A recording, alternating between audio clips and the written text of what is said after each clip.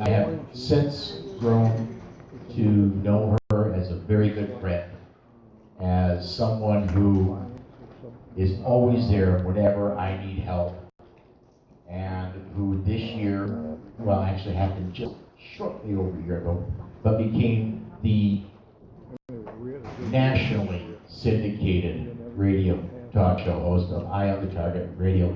This year's person who makes a difference award is Amanda Summer.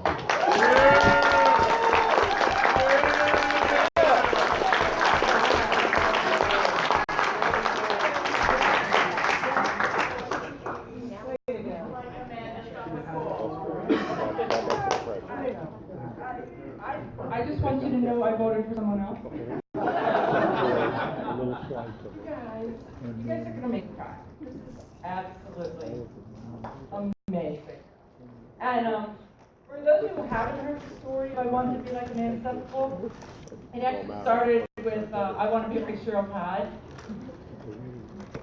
I don't know how many of you guys know the gals from the DC Project, and what I said last night about them was the fact that they prop us up and they make us better. Because each one is so amazing, and the things that they do are just so unbelievable. So Cheryl and I have, for a couple of years, had this really friendly competition to, hey, I'm doing this, can you top that? And let me tell you, it has upped my game tremendously. And mine. Yeah. Just slow down. There are times when we don't get to sleep, neither one of us. And this week would be one of them. I just want to say thank you. Thank you to all of you guys. And this is, I'm speechless, and that does not happen. It really doesn't. My parents said that I was 2 years old before I started to speak, and then I never shut up. So that's really it. And when I was a child, my hashtag was, but Mama, I have to talk. And so that's where it is. I don't know what else to say besides thank you. You all humble me.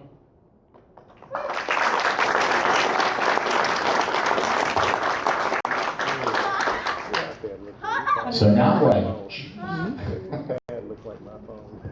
now what I get to do before we go on to our afternoon session here. Let me get a time check here just a second. We are 8 minutes. I think what we're going to do, I'm going to give Amanda just a few minutes. She's going to be your afternoon MC. You probably won't see me again until about 4 o'clock when I'll come in just before Tom Gresham speaks, and then I'll close things out for the day. I have to go set up the GRPC broadcast. I mentioned earlier that I'm the guy that does that. And so that takes several hours and a lot of testing, everything done right. And so you're not going to see me. That's why I have Amanda and Cheryl helping me, because I'm in and out all day long. But this is out. This is out until the next few hours. So I will let everybody do their thing for about 5 minutes. Amanda will take over, and then we'll go live at the stage at 1 o'clock. Yehuda Reamer is going to be your first speaker this afternoon. Thank you, everybody.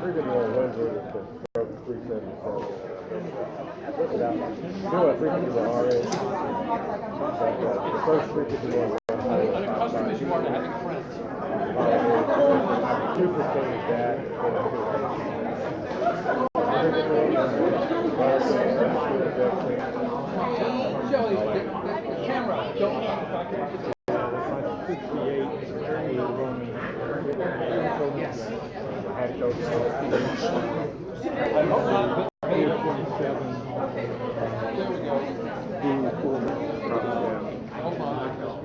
Mine was had 40 cars. 4 offloaded with 411 beers on the street. Yeah, it was hard. It's got more buttons than it is. But I was running along.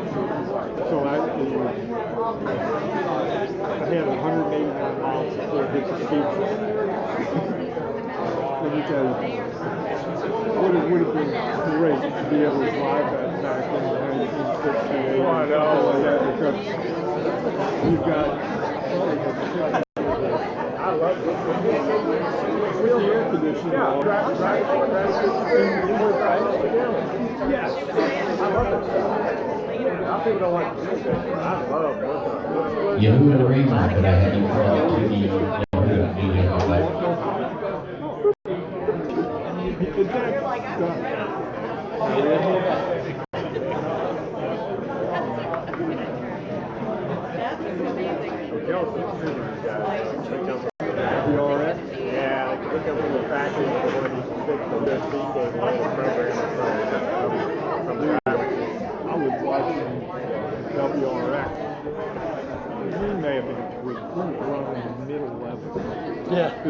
That's sweet. Wait.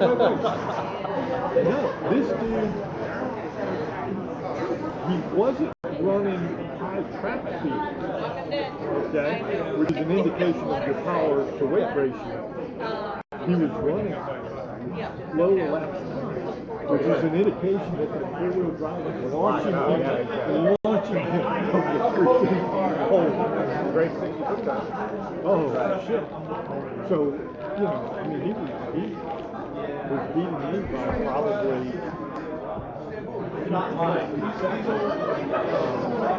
I was running about 6 or 7 miles an hour faster than the other end. But I couldn't come out of the hole because I had street tires and, supercharged 5.4 liter double overhead tank. You know, it doesn't come out of the hole very easily. I had a Chevy 502 I put in a half-ton short bed standard cab pickup truck, and so it was tail hacked, so light on the rear end, and I had a Detroit locker in the back, so I 4-wheel with it. And I always figured I took it to drag track up north of Phoenix a couple of times, and I always figured I'm gonna put that thing in 4-wheel drive, I bet it'll go faster. And it didn't. It was several tenths slower in 4-wheel drive. Never really understood it, but man, leaving the hole, I think it light up the rear end, and you just had to be gentle with the throttle. Yeah, it wouldn't hook up, but it was always faster in 2-wheel drive. What year did you have the Ford dealership?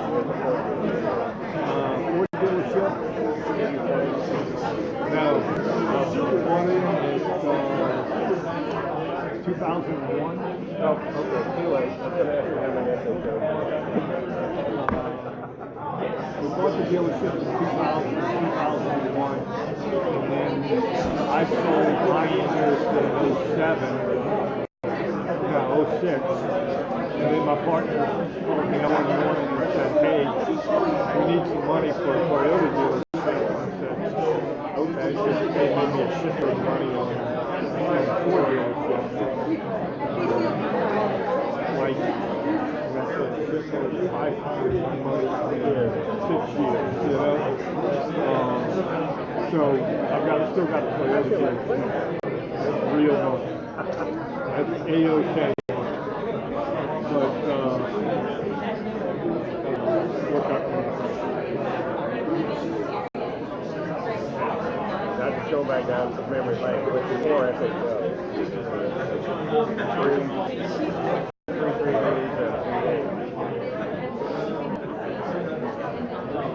When a 16-year-old got quite called. Okay, folks, I cannot let Cheryl beat me in this, and that is we start on time and end on time. So with that, we're going to kick off the afternoon portion of the event. This is my stepson's son. So if everybody would take their seats that want to, and anybody who wants to sit, and anybody who wants to stand somewhere, whisper. That's all I got on that. I have to say that they gave me 10 minutes to speak today. And I was like, what am I going to say? What do I say to this group of people? Because I'm not sure there's anything that I can teach you. I live under a mantra of, darn it, I left it over there. I live under a mantra of, with a little help from your friends. So if someone needs something, or someone wants an introduction, or if someone wants that card. So if whatever they want, they need, whatever I have that I can help with, that's the thing that I try to do. And here's one of the reasons and the reasons why. When I turned 40 years old, for my birthday, my husband bought me a motorcycle, and he taught me how to ride. And the real gift was not the motorcycle. It was the fact that he rode really, really slow and let me follow him and learn how to do it. And so I did. And I would get off the motorcycle and I would be like, what do you guys do about the hand cramps? I would get off and my thumbs would hurt, my hands would hurt, my shoulders would hurt, and I was miserable. And I'm like, this is not fun. What do you do about the hand cramps? And they're like, what hand cramps? And I'm like, I'm dying here, guys. And they're like, relax. What's the worst that could really happen? Well, we're talking about a motorcycle that's going whatever speed it is, right? But we'll just stick with the relaxed part. You know, and we'd be riding and he'd stop, and then I would go to stop, and then he'd look in the mirror and he's like, wow, I thought you were going to hit me. And I said, wow, I thought I was too. There for a minute or two. But what it really taught me was how to learn how to learn. And to learn how to teach, and to learn how to share, and to learn how to receive. And I use it a lot. And I use it as I teach people things. I use it in my day job. I use it in the firearms training. I use that a lot because it's all I can think about as I'm trying to teach somebody new is they're sitting there going, what do I do about hand cramps? And I'm thinking, this is easy. What could go wrong? And no matter what it is, right? So that's really what I want to say to all of you guys. That everybody comes in, they're new. Everybody needs a little help from a friend. And if there's something that I know, something that I can do, give me a holler. And if it's within my abilities, I will do it. On the same time, if there is someone I should know, or something I should do, give me a holler. And I will try to do that. And so that's really this whole thing, that with a little help from our friends, we can make an amazing difference. So here's a damned award sitting over there that had nothing to do with the speech that's written here, but it really is the same thing. So that's I that. don't do that. So with a little help from my friends, I want to tell you about a guy that is in my world. And his name is Craig Fritz. And Craig Fritz is an Ohio-based guy. He's happily married. He's not in my world, he's just in my world. And he has been, everything we do, everywhere that we go, Craig is like, he's available. He's a photographer of birds. So do you know what is the commonality of being a photographer of birds and a photographer of concealed carry fashion shows? It's to catch you doing the cool stuff on the fly. And so he has made some amazing photographs for us of fashion shows. And so he's followed us around, and if we went somewhere that he could get to, he would do it for free because he's a friend. He also listens to podcasts. And so when we go somewhere, he's like, be sure to meet so-and-so. I listen to so-and-so. Did you see so-and-so? And I'll take pictures and I'll share it, and he thinks that that's all cool too. A couple weeks ago, I got the word that he has been diagnosed with cancer. So I'm sad. But he's a fighter, and he's a guy who listens to YouTube, he's a guy who listens to podcasts, and he's a guy who reveres all of you. So what I've done is I've put together a card that I want to pass around, and I want you all to sign your names and put your websites, put your podcasts, put your, however he can find you, so that he gets this with a little help from our friends in the mail. Okay? So here it is, take it, and I hope that we fill the front, the back, the inside, and if we have to get extra paper, we do that. Because he's my guy. And you guys are my people, and the combination needs to come together. So, really, this speech and my world ties to something that I learned last year in Ammcon. Every place I go, I hope that I carry away just one thing from it, because you spent your time and you got to learn. Where's Yehuda? Oh, there he is. I look right there. He's in Charlie's spot, so I wasn't looking for Yehuda there. Last year at Ammcon, does anybody remember what Yehuda said? Yehuda Brave. There was Yehuda Brave. Yep, Yehuda Brave, which was he's brave enough to just ask. That whatever it is that you want, or whoever you need to know, or whatever you need to do, you have someone in your circle who knows that, who does that, and who will help you with it. So I want you to carry over from year 2 to year 3, Yehuda's Just Ask, and tie it to, with a little help from our friends, we can do some amazing things. So I sincerely hope that the afternoon program is as rock star as the morning program, because I've got to be like Cheryl. I've got to keep up, and she sets some really high bars. So with that, I'm going to flip over to my introductions. I don't know where I'm at on time. I am 3 minutes early. Take the back. Gauntlet throw. There you go. Okay, our first afternoon speaker is Yehuda Reamer. Yehuda Reamer of the Just Ask fame. That just is so simple, and it sticks. He is a book author, Sapien, ABCs of Guns. I take the ABCs of Guns book. You know, when somebody has a new baby, it's a happy thing. Well, babies and guns, my world collide too. So they get autographed copies of the ABCs of Guns as their first baby book with the baby gifts. Just saying, sometimes you just press it and it works well. And today, you all have at your desks, your tables, your area, the 105 gun jokes. So enjoy them. And Yehuda, I'd like to introduce. So to all of you, Yehuda Reamer.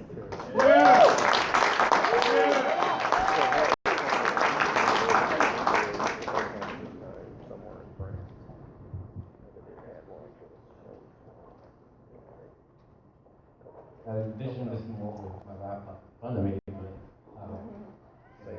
I'll do it this way. My name is Pew and I've been asked to speak on branding and self-promotion. It's going to be more of a continuation from last year, just because it's something that I know. But we'll start. But before we do, does anyone have any information on anything going on at Area 51? That is today, and I've been stuck in here without internet, and I'm just kidding. I really do want to know what happened if anyone, no, okay. So self-promotion and making you an offer you can refuse, all right? All right, what is self-promotion? I'm going to go through a few things, basically what self-promotion is, most of it you guys know probably already, but we'll have a good time going through it. First thing, self-promotion is the action of promoting or publicizing oneself or one's activities. You can do this in a bunch of different ways. Self-promotion is attempting to present yourself to others as an accomplished, capable, smart, and skilled person. For example, me. Is an example of someone who might not be accomplished, capable, smart, and skilled, and I'm debating whether or not I should do this, but I'm going to go with it. There you go. So, I'm going to roll with that, like it or hate it. It's who I am. So, that is self-promotion. Now, there are different ways that you can do self-promotion, different avenues that we can take. Again, everything I'm saying is pretty obvious, but you'll see why I'm doing this before I get to my new and improved self-promotion that I came up with this past year. First, face-to-face conversations. You can meet with people, you can talk with people, you go up to people.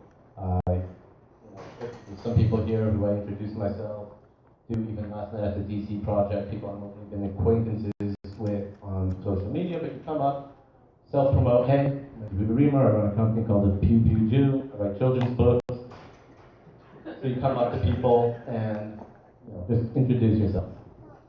Blogs or articles, nearly everyone in here, I'm sure, has written something at one point, whether it's a blog, an article. We all have different avenues of how we can do that, including social media. Yeah, there we go, look at that. Click the button, not even realize. And public speeches, which is what we're doing now. And I'm sure, in my mind, I sound exactly like Charlie Cook, but I'm sure for many people out here I don't. So let's look at some examples of different ways you can self-promote yourself. Yes, this is a warning. I'm going to do a lot of self-promotion because that's what I was asked to talk about. You could groan, offer applause. It's up to you. I really don't care. Or you can walk out. Whichever one makes you happy right now. Examples of self-promotion. Face-to-face, like I said. Right now I'm standing in front of this room, and as Amanda beautifully introduced me, I've written 6 books in 3 years. Yes, they are all children's books, but still, I'm talking to you right now. For those of you that don't know who I am currently self-promoting myself, telling you that I have written 6 books in 3 years. Now, hopefully, the goal, if you don't know who I am, you will now go check me out, and you will start looking at what I do. Doing a hell of a job. Appreciate that. Thank you. And you're okay. Love you too, sister. My first book. Social media. / writing an article, blog via social media publication. Again, everyone here, I'm sure, is on social media in one way or another, whether it's Instagram, Facebook, Snapchat, Twitter. When you promote something, when you publish something, no matter what it is, on whatever social media platform you are using, you are self-promoting yourself. If you say something, if you say something stupid and offensive, you are self-promoting yourself as a stupid, offensive person. Again, it's pretty self-explanatory, but it's something to think about. So when you're posting stuff, writing about stuff, Hopefully I didn't make any typos because I am an author, and if I do, that would be a horrible way of self-promoting myself as an author. But just saying, when you post anything, whatever platform, that is how you are promoting yourself. My coloring book, walking around with branded apparel. As you can clearly see, I have a shirt that says the Pew Pew Jew. I walk around, I am stopped all the time when I wear my stuff, and people are always asking me, what is the Pew Pew View? And I tell them they need to learn to read. It is Jew, which, I mean, I guess, whatever. I guess you can, I don't see the I, but hey, the Pew Pew View. Also, another fun thing about branded apparel is when you walk around and you're wearing something, people recognize the logo more than the name of the company. The logo sticks in someone's mind if it stands out. I know I was just sitting with someone on this table there, and they're like, wow, we never noticed how cool your logo actually is, because we've only seen it small, but they still recognize the logo versus the name. I can guarantee you, most people who have seen my stuff are like, oh yeah, that guy had the really cool Jewish gun logo, but they won't necessarily remember the Pew Pew Jew. I don't know why, it's totally cool. Thank you, Cheryl. Another fun thing to do is be creative with your branded apparel, right? I'm standing in front of you, an Orthodox Jew, wearing a camo yarmulke that says the Pew Pew Jew on it. I'm sure no one here has seen that before, and it's very memorable. People remember you. You will stand out as a self-promoter when they see that. I sold 40 of these yarmulkes just this week alone when they were released. Now there are 40 people out there who will be, I guess, branding my apparel. What are you doing, digital camera? It's in the works. It's in the works. Don't worry about it. Autobiography. As long as kids can read it, that's probably what I'll stick to. I don't think I'm going to go for adults at this point yet. Giving out promotional items like books, pins, mugs, and shirts. Always fun. You do need to make an investment, but as you can see, I have brought signed copies of my latest book that was released yesterday, 105 Explosive Gun Jokes, for everyone here. I am promoting what I do through giving out stuff that I make. Again, it could get a little cost effective because I have to put out money to do that. But everyone here, and if you don't have one, I do have some more in the back, so just come find me. Everyone here will walk home with a book of mine. They will show it to their friends. They will read my bio. If you haven't read the bio in the book, I promise you, you will like it. Yeah. So, what? No, he just laughed. Oh, he just laughed. Okay. Well, I appreciate that because it is a joke book. There's my ABCs of Guns book, and the one everyone's getting, 105 Explosive Gun Jokes. What to know about self-promotion? People think, oh, look, I'm just going to talk about myself, and hey, people will listen. People who self-promote tend to believe that others will respond to their self-promotion in a favorable manner. This is very, very not true. In many cases, if you don't do it correctly, you come off as a braggart, and people will not like you. If you try too hard, people will not like you. Too much promotion can be annoying to others. Like I said, you come off as a braggart, you come off as super annoying. You can definitely do it in a humorous way on a platform like we are right here. I'm just having a good time. I was asked to speak about self-promotion, so why would I self-promote somebody else when I'm up here? But to the most part, in the real world, self-promotion can also consume much of your time.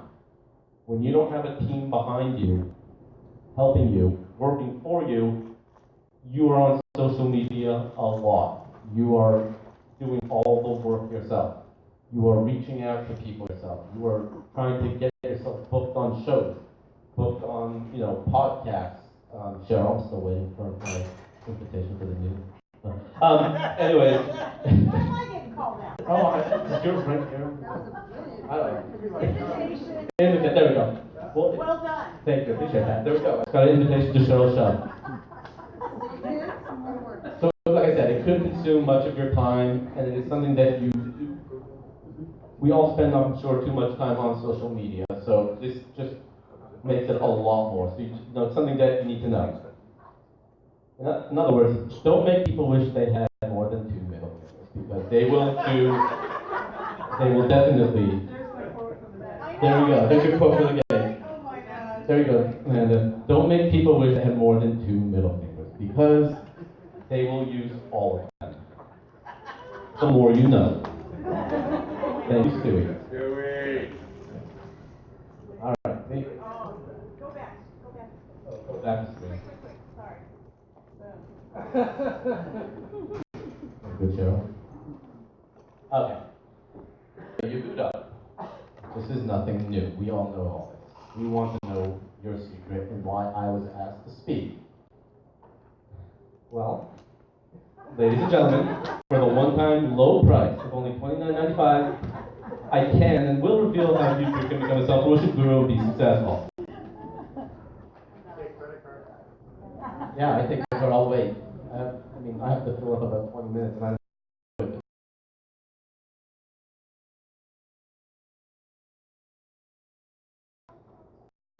I am a. Anyone want to guess?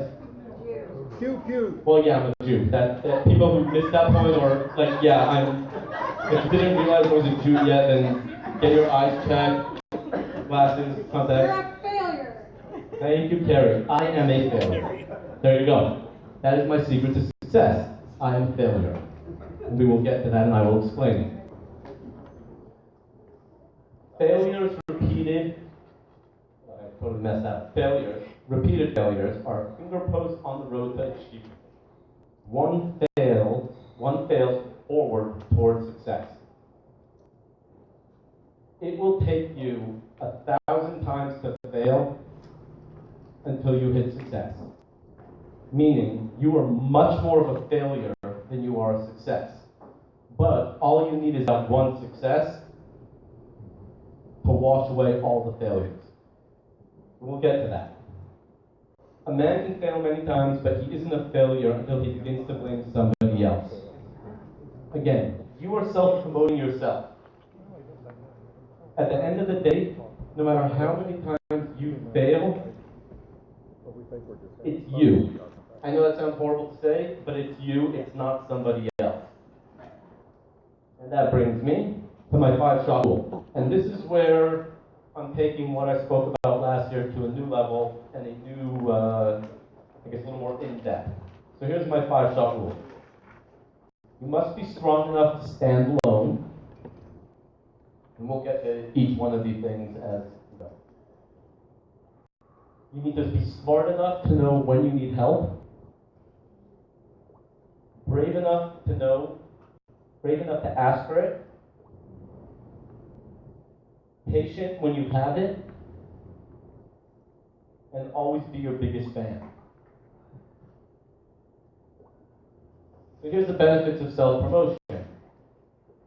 Go back? Go back, yeah. All right, I'll go back. There you go.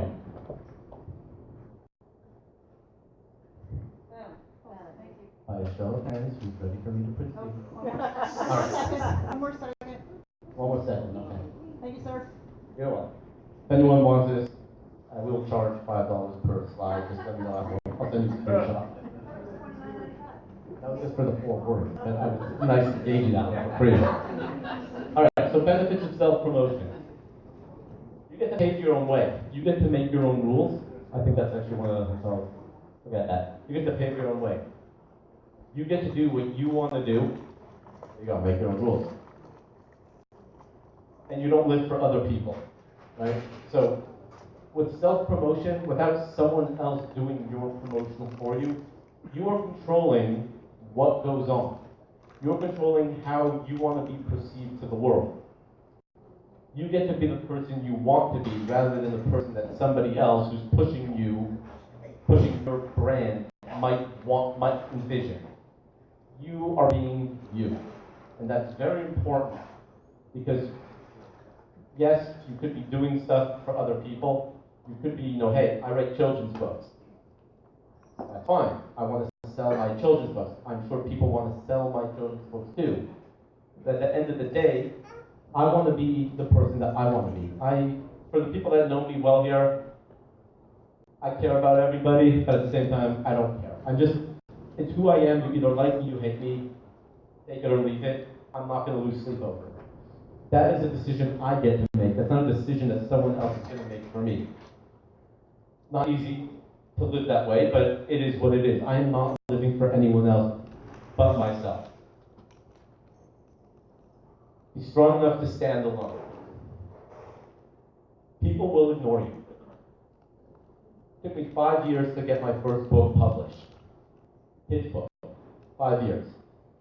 I was turned down by over 30 publishing companies, 30 literary agents. People ignored me. Granted, my book was a book on firearms and children, so I can understand why, but at the same time, people will ignore you when you are trying to self-promote yourself. People will laugh at you. I have family members tell me, why in God's name am I writing a book on firearms for children? They thought I was crazy, especially when I started shopping it around when Sandy Hook happened. And that's when I really laughed at. They're like, why are you even trying? This book will never get made. People will tell you that you won't make it. I can't even begin to tell you how many family and friends told me, again, your book won't make it, not the time for it, just give up, go become a doctor or a lawyer or something else like all other Jews do. And yeah, I went there. Come on, we all know that. My parents wanted me to become a doctor, a lawyer, an accountant, and here I am speaking about self-promotion at a gun conference. Clearly the black sheep of the family. Yeah, I made it, exactly, black sheep. You don't look black. So people will tell you that you won't make it, which again will happen. Your idea sucks. Trust me. Sandy Hook, book about children and firearms. My idea sucked at the time. No one will buy your brand. No one cares about what you're going to do. People in this industry, I was told that people in this gun industry, no one will even think about buying my stuff. Why? Because I'm a Jew and people in this industry are a bunch of anti-Semites.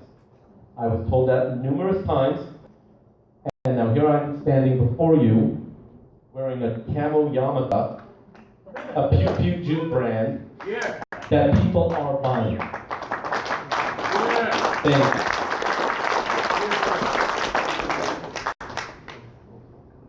Obstacles are made to be hurdled.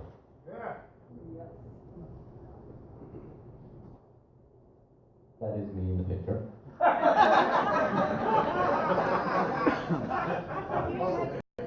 I mean, you got the ball on my head too, so be smart enough to know when you need help. As stated, you get to be the person you want to be, but with that, there's a very important trade-off. Trial and error can cost time and money. Making your own rules usually comes with mistakes. There's no problem with asking for help, as Amanda clearly stole my speech for me when she said that. There's no problem asking for help. I had it first. You got it for me last year. Self-promotion. Don't let ego get in the way. There are things you may not know or see that a fresh pair of eyes or another mind can help you figure out. Which brings me to, I don't even remember the next slide. Right, be brave enough to ask for it. There's no problem asking for help. We all need it sometimes. We are a community that must help one another. If we cannot rely on each other to help promote our own brands, obviously, within reason. I'm not asking people to say, hey, do this for me right now. But if anyone wants me to personalize their books, I'll help you. I'll do that. Just promote it. There we go. See? If you think a company or an individual can help you promote or co-brand, Cheryl. Oops. What happened? What? What did it? Nothing. Worst case, they say no. There are a lot of people that I've dealt with, that I've asked, and surprisingly, the majority of them say no. But the few people who have said yes that co-brand, it's great. I have great working relationships with them, and I have so much more stuff planned in the future because I asked. Very key right here. There's a difference between a handout and help. I will not ask anybody in this room for anything for free. Nothing. But what I will ask is, if you will help me. If you help me, I will offer something in return. Whether it's promotional on my social media accounts, whether it's my time to help you with whatever projects you have, or connections that I can hook you up with. I will always help somebody who helps me. Again, not asking anything for free. All right, be patient when you have nothing. The road to achievement is a long one, and those without patience who want to see results immediately may not be able to walk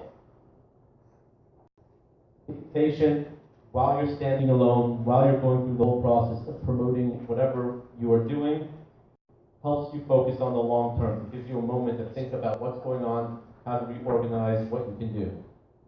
It also makes you make rational choices. You will not make heated decisions because someone said no, or people keep turning you down. It shows people that you don't give up. So again, 5 years it took me to get my first book published. I did not give up despite everyone saying I will never make it. And it builds your reputation as a fighter because you are willing to take the world on when a lot of people are not willing to take the world on. You can do it, everyone. Always be your biggest fan. Believe in yourself, and this is very simple. Believe in yourself because if you don't, no one will. If you don't believe in what you're doing, if you don't believe in the brand you're trying to sell, why would anyone else care to buy it? It's very simple. I know that's something that we've all heard 100 times, but I can tell you from first-hand experience, if you do not believe in it, no one will buy it. And the last slide from Harriet Tubman. Love this line. Every great dream begins with a dreamer. Always remember you have within you the strength, the patience, and the passion to reach for the stars to change the world. If you believe in yourself, then you will be able to accomplish your goals. It might take longer than you expected, but it will happen. Any questions? Well, you autograph it. $5.95 for you, Bill.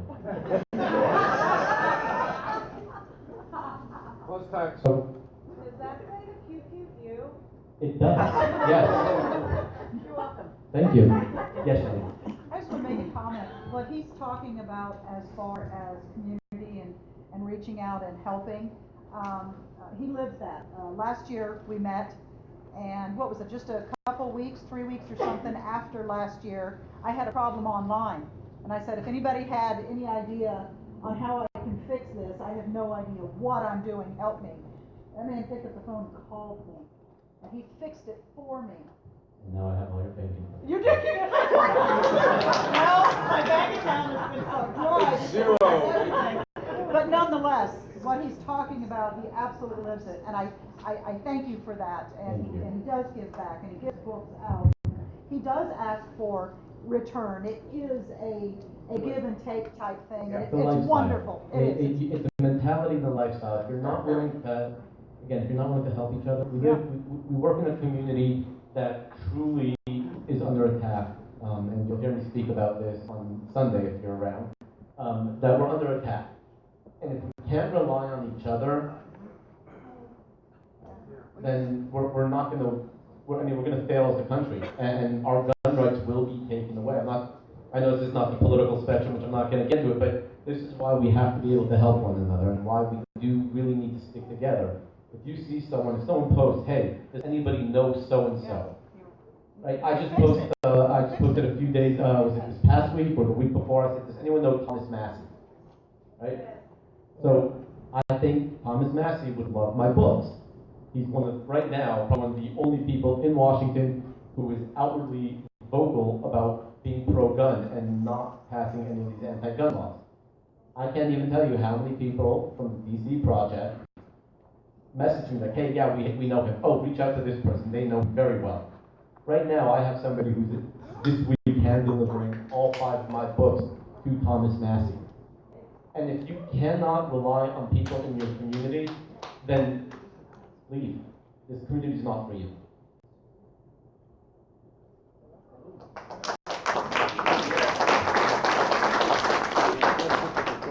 Thank you very much, Yehuda. Now, wait, stay up here for 1 second. I want to read this out loud, and then I want to do an introduction. It's sad. It's a Facebook post, and it's blue. It says that moment when you get the call that will change the face of safety in the country. If you do things according to plan. Our kids' firearm safety 1 class will be offered at every Bass Pro Shop and Cabela's location in the country. Stay tuned. Derek LeBlanc. Great job, great job. Yehuda wrote kids' books, and maybe you can do some introduction to the Bass Pro.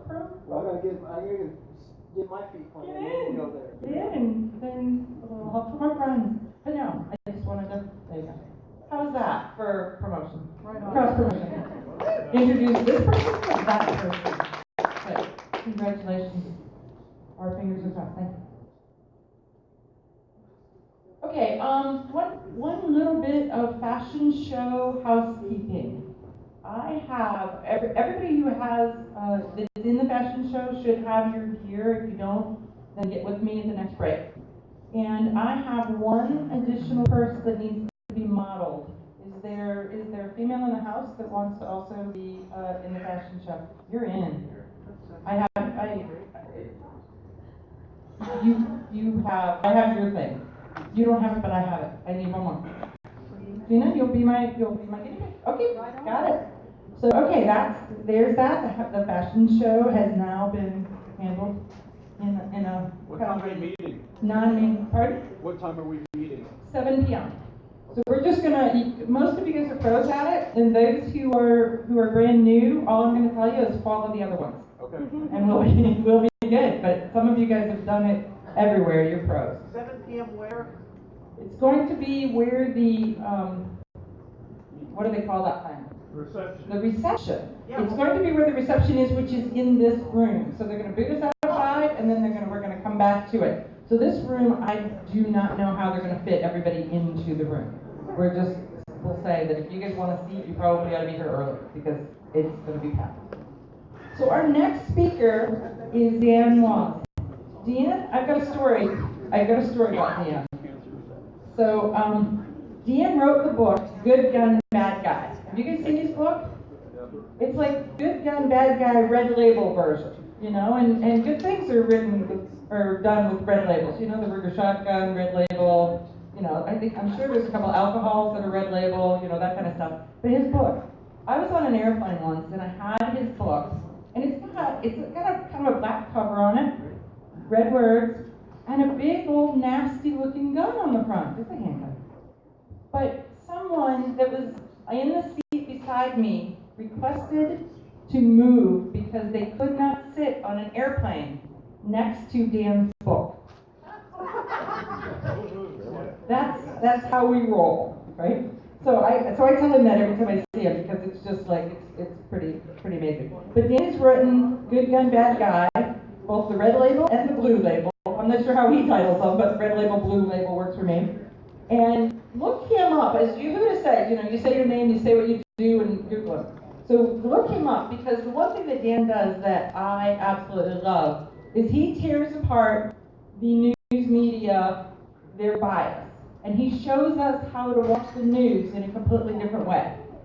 And so that is, if there's a strength, if there's a thing that Dan really brings to this, it's that look and consideration and figure out how we are all getting programmed.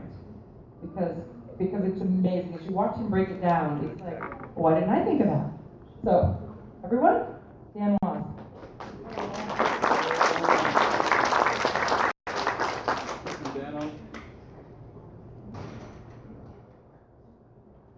Thank you for that introduction. Now, I don't know if I can even top that, so thank you. Good night. But here's the thing. The gun narrative is it's terrible. It's all propaganda. It's rhetoric. It's nasty out there. They'll do anything they can to alter the narrative, alter the landscape of the gun competition. So my name's Dan Wass. I wrote Good Gun, Bad Guy and Good Gun, Bad Guy 2. And my main focus is to focus on the strategies and tactics of the anti-gun crowd.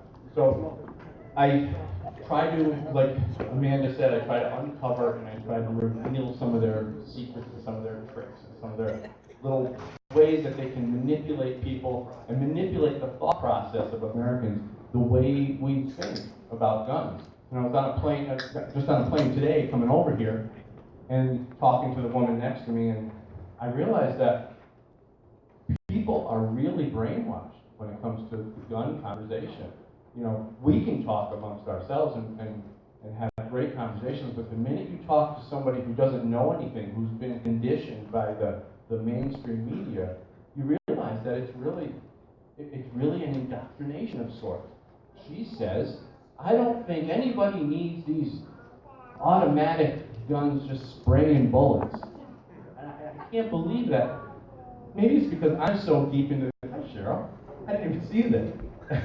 And maybe because I'm so deep into the conversation that I can't imagine somebody even thinking that way, but it's true. And there's a lot of them. So, one thing that the anti-gun crowd will do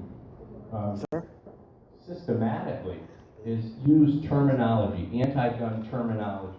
So I'm going to go through a few of them, and if you can think of any that you've heard, shout them out, and we'll talk about them, because it's important that we understand the terms they're using that are corrupting the thought process on guns. So, we've all heard the term assault weapon. Well, assault weapon, the term, was not really used in the public forum until the 90s, until Dianne Feinstein came in and she started using it, and everybody uses it all the time. Now, I'll go to the range, and guys are using the term assault weapon. And I think it's a really dangerous term to use, because really all it does is it's designed to scare people. The next one is, Wild West. You've heard Wild West. They always want to say that we want to create this Wild West where everyone's running around shooting everybody. It's a way of creating this visual of gun owners being irresponsible and reckless. It's not true. Gun owners are some of the most responsible and respectful people that I have ever met in my life. Yeah. Thank you. The blood is on your hands. Have you heard this one? They want to associate killings with gun owners because we support the Second Amendment. They want that to be attached to gun-related deaths being palatable. Okay. So this is a way that they create a narrative for people who aren't paying attention, people who don't know any better, and they fall for it. The big daddy of them all is the term gun violence. There's no such thing as gun violence. Gun violence doesn't exist. And I say that sometimes people go, what do you mean gun? That's all they talk about. Yeah, that's all they talk about. Gun violence doesn't exist. There is such a thing as human violence. But they don't want to talk about that. Why don't they want to talk about that? It's too hard. Responsibility. Well, that's right. There's a responsibility. Yep. And it's too hard because there's a lot of things involved in human violence. There's a lot of underlying causes. So before I get into gun violence, any other terms? Fully semi-automatic.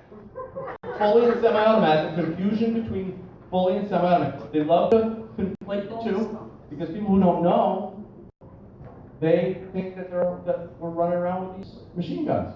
Buyback. Well, the buyback is hysterical, isn't it? Assault rifles. Well, first of all, they never sold them to us in the first place, right? Okay. What else? Weapons of war. Weapons of war. Obama and Hillary loved that one. Common sense. Oh, common sense. Because you know why they use common sense? This is a great one. Common sense gun. We don't want to take away your Second Amendment right, and we don't want to, take away your guns. We just want common sense gun restrictions.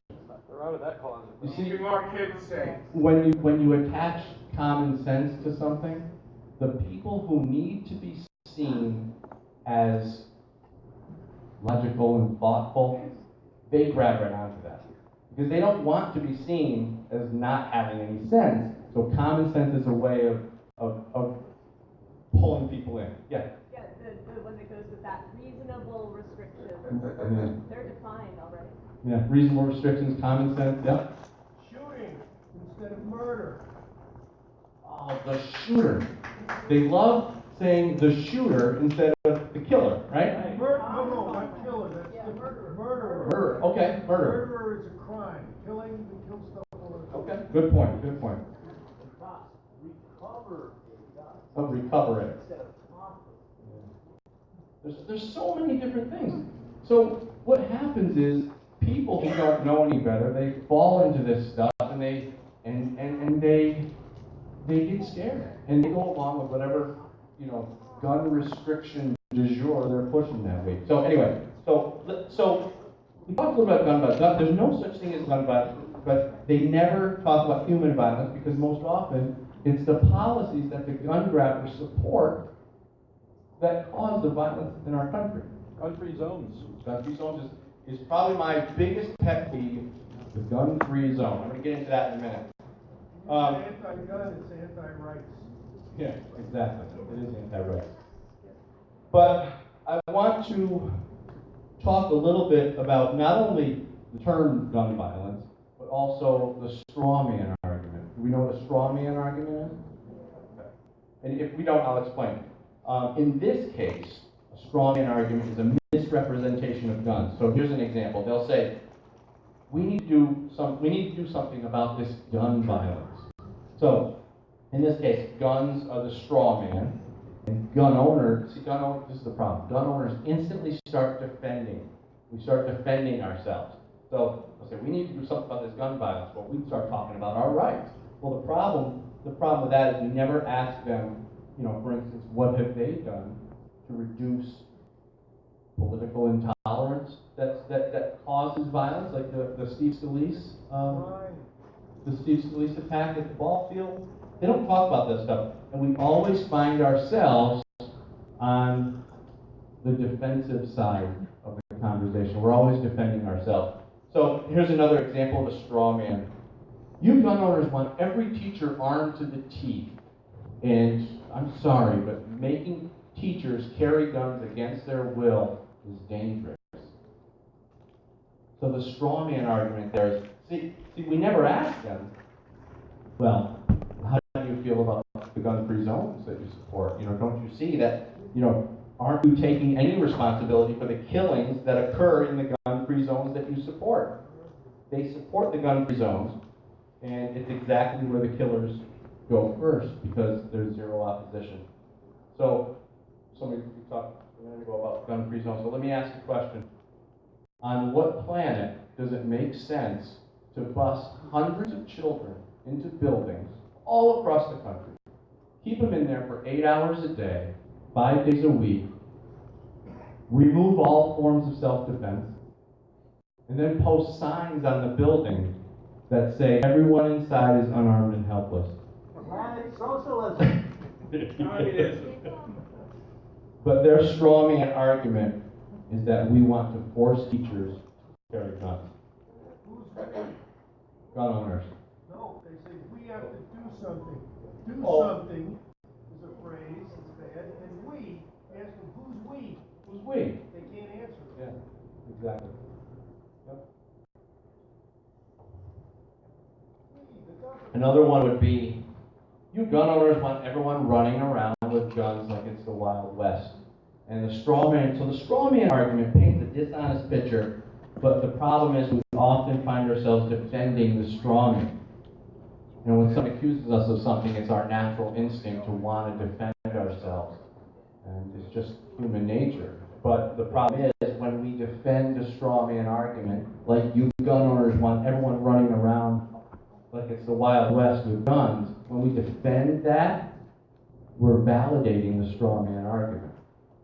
So we say things like, well, I think people should be armed because statistically, where there are more licensed concealed handgun carriers, there's less crime.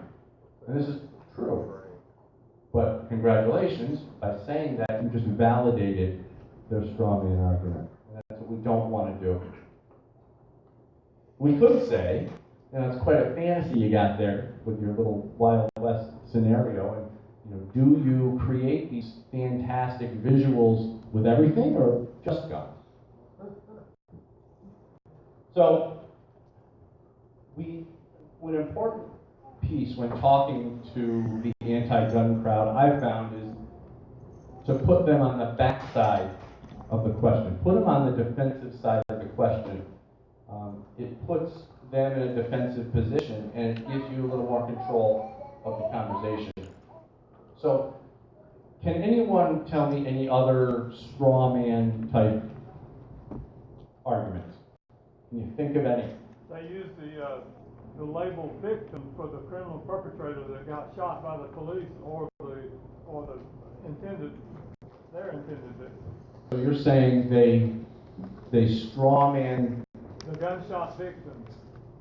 as Who is the criminal? as the criminal. Yes. He's the criminal, but he is reported as being the victim. Yeah, loopholes. Yeah. So loopholes are this straw man that, so they can, exactly. So you'll hear these all the time. So the best way that I found to handle it is to just question them. What, even if you can't think of anything, you can say, what do you mean? What do you mean by loopholes? What do you mean? What is that? When they talk about background checks, ask them what they know about the NICS system. You'll see them go cross-eyed. They don't even know what the NICS system is. That happens, most of them. So anyway, so questioning them puts them in a defensive position. And I was watching when Meg Kelly was on Fox. You guys might remember. Gosh, it was quite a while ago now. She was interviewing someone, and you may or may not like her, but she was very sharp and very smart, and her interviewee started asking her questions, and she didn't want to answer the questions because she knew if she was put on the backside of that question, she would be in the defensive position.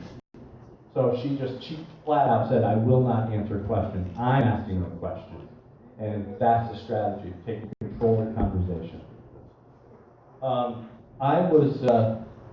I did a radio show not too long ago. I don't know where it was. I think it was California. It was an NBC affiliate. And we were talking about one of the latest gun-related killings. And the one where the cops arrived in like 2 minutes. Which one was that? Was it Dayton? Okay. Well, we were talking about one that was in 2 minutes the cops arrived, or at least in the press report they said that the cops arrived in 2 minutes. So the radio interviewer was asking me, all sarcastic. So Dan, don't you think, the cops arrived in 2 minutes?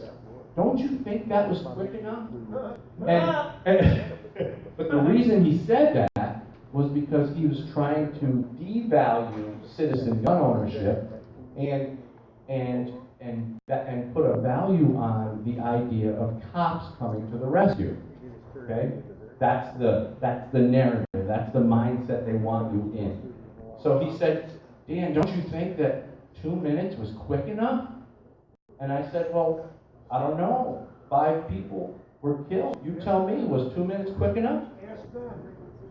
I would have rather had Beth Alcazar there and handle the problem in 3 seconds. Right? Because an armed citizen is obviously going to take care of the problem much quicker than waiting for the cops. Yes? By critical seconds count, the cops are minutes away. 911. When seconds count, 911 is minutes away. Yeah. That's why I carried into 1911 solution. Yeah. Instant 1911. AR-15 is another one of those straw men. Why does anybody need an AR-15? Why do you pick an AR-15? Well, we can talk about that. You know what they do with that word need? You'll hear that all the time. Why do you need an AR-15? Why do you need to carry a gun with you? Why do you need to take a gun to a soccer game? I got that one. Why do you need a Corvette? Why do I need 500 horsepower in my Corvette? That's right. Why do you need two houses? One each according to his ability, two each according to his need. Well, the idea behind the need narrative is that, first of all, it's not the Bill of Needs, and it never was. But they know the Second Amendment is a right, they just don't want it to be. So when they use the word need, they try to change public opinion, because let's say this for a second. If gun ownership was measured by some metric of need, they would be able to regulate it, and they would be able, well, they're already regulating our rights, but more effectively. So imagine if, okay, here's a scenario. You're in your house with your family, you're watching TV, a couple of maniacs come in, knife-wielding maniacs, and they attack you in your own home. You shoot them, they die on your front yard.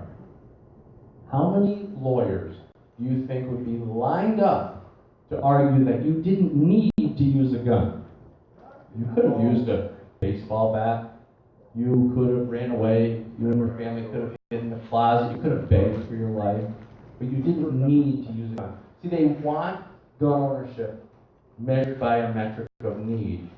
And I'm scared to death to see who would be determining those parameters. That's the question. Who's in charge of deciding what I need? Yeah. It is, you're right, it's a Marxist philosophy. Yeah. Rather than, I've got the point where someone says, well, why do I need some? I've got to spin it around and says, okay, regardless of what I say, you've already determined why I don't need. So what I want you to do is show me the need, why, your compelling reason why that I'm guilty. Why do you judge me and my fellow firearms owners, okay, to judge a large group of people by the actions of one or few is a fascist concept. Are you a fascist? Yeah. Are you a fascist? You know, and it's true. It's always good to ask, like I said, ask them the question. Put them on the other side of the question when they start that stuff. Another question on that is to ask, what gun do you think I should have? And they're like, Well, they don't know. They don't have a They don't know. They don't want you to have any guns. Yeah, that's where it comes to. And, you know, here's something about magazine capacity. Someone breaks into your house, you're lucky if you've got 8 seconds to get to it. And with 30% of Americans sleeping in the bunk, whatever ammunition you have in your gun is all you have. Why do they have such a hostility of people who sleep in the bunk? Why do they hate them? Is that your gripe?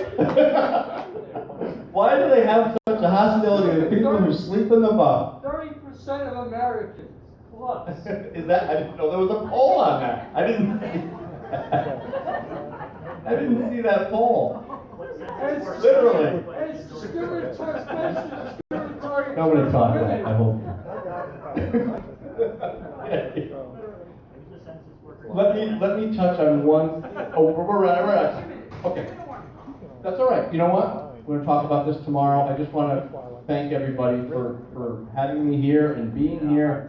It's really important that we stay together and that we talk about this stuff and that we build this alliance to protect our freedom. So if I can leave you with one last message, our Second Amendment is not a privilege, it's our right. And it's also our responsibility to fight for it and defend it. So thank you very much. Thank you. Okay, I've got a little bit of housekeeping. Did this card make it to every table? No? Okay, so I'm going to toss it back out there. And look at it inside. He is going to, you guys are amazing. So for whoever was not in the room when they heard about the card, this is for my friend Craig Fritz. And kind of, when you're done, look around, wave it in the air, let somebody know, wave their hand. He is a gun guy that is right now in desperate need of cheering up, and so that's kind of what we're going to do. Okay, our next speaker, Liston Matthews, has been involved in the gun rights community since 1971. He was involved in the passage of the original Tennessee carry law. He, like us, believes in the Declaration of Independence, the Constitution, and the Bill of Rights. Yeehaw. If you want to see his writings, it's at thegoodhillpress.com. That's where he writes about firearms, conservative issues, the pursuit of the perfect lawn, and Cooper the Wonder Dog. I know. My dog Crosley is like, wait. Because my dog has his own Facebook page. Just saying. So, okay, listen, come on up. Everyone, listen Matthews.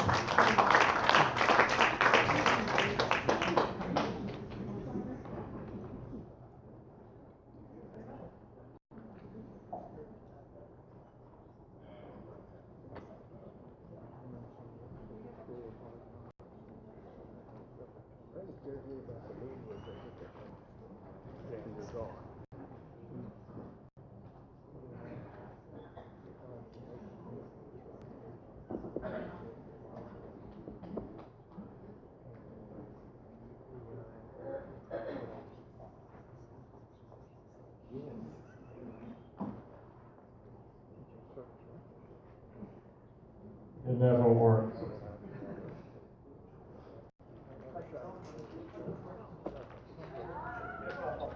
Okay.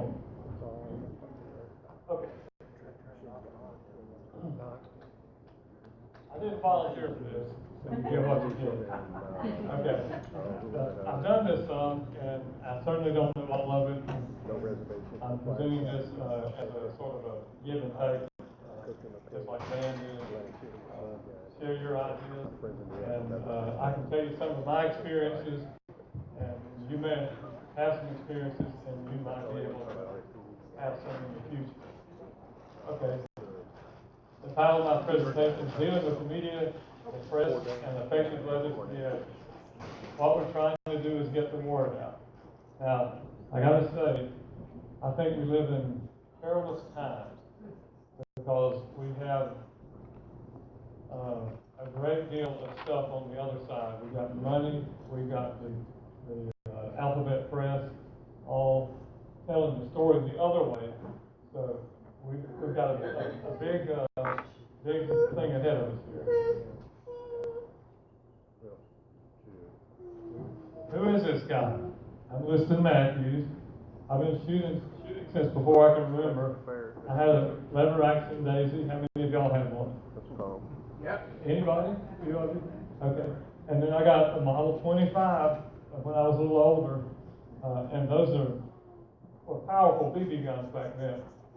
And then I got my first .22 rifle for Christmas before I turned 11. And within probably a few months, I was out by myself shooting that thing out in the woods. Can you imagine that today? I would actually get on my bicycle and ride down the highway to the airport where they had a shooting range that was left over from World War II. And I would go down there and shoot my rifle down there, all by myself. Pardon me? Yeah. Okay. As a young adult, I bought a Herder's 44 Magnum. And for some of you older guys, do you remember Herder's? Yeah. Do you remember what that revolver actually came out as first? The 401. You get the prize. Yep. All you young folks that were born after 1968, notice what I said here. I sent in my money, and in due time, the revolver was delivered to me at the house. I don't remember how it came. I don't think the post office did it, but I really don't remember how it came. Railway Express. Pardon me? Railway Express. Might have been, yeah. Then, guess what happened? 1968, under the leadership of President Lyndon B. Johnson, 1968 saw the first federal gun law enacted in 3 decades. Gun Control Act of 1968 required that dealers be licensed. All purchases from the dealer had to be on the Form 4473, and all ammunition sales had to be annotated. I was talking with my wife the other day about this. I was going over this presentation with her, and she said, yeah, I bought some ammo for you for a present, and I had to tell him whether it was for a rifle or a pistol. Because back then, if you bought 22 ammo, you had to specify that what it was for. They asked you, and if you were under 21 and you said pistol, they wouldn't sell it to you. And not what as crazy it is in California now, so you Californians know what I'm talking about. Anyway, they did get rid of that ammunition sales recording sometime after that. Like many of you, I grew up knowing we had a Second Amendment, but learned that the bear part required a special dispensation from a government official. That's just the way it was. Never gave it much thought. I did not realize at that time that the Second Amendment really didn't apply. At least they told us since then that it didn't, and you'll understand here soon. So you notice here, I've got the word bear flying through. Well, I complied.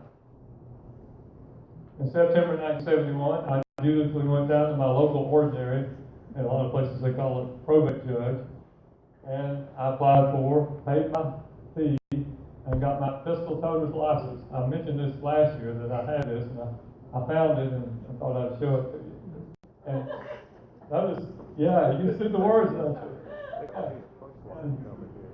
Notice they not only registered me, they registered the gun too at that time. So there have been some carry permits around for a long time, even before the great boom that started in the late 80s in Florida.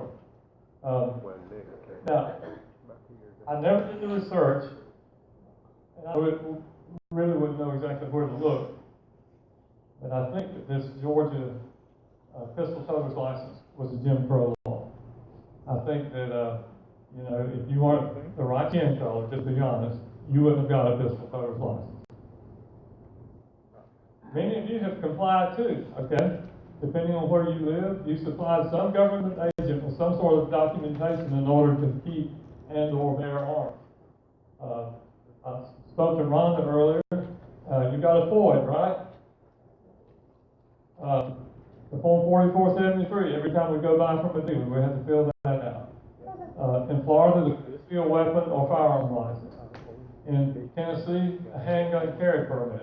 Now they're really muddy in the water this year because they've had handgun carry permit since the early 90s, and it has become an enhanced carry permit, and they have introduced a concealed only permit.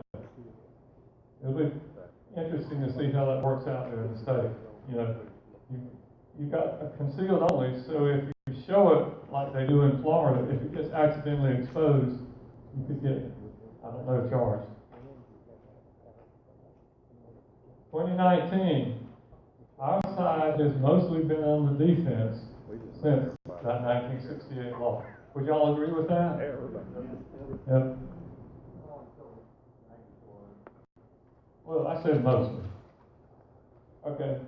Second Amendment Foundation has won some landmark cases in the courts. They have, in effect, thrown down the yellow flag, using a little football terminology here, called foul, and won many cases against existing laws literally around the world. I just mentioned a couple of them, but these are a couple of landmark cases: McDonald versus Chicago and Ezel versus Chicago. And how many Ezels are there?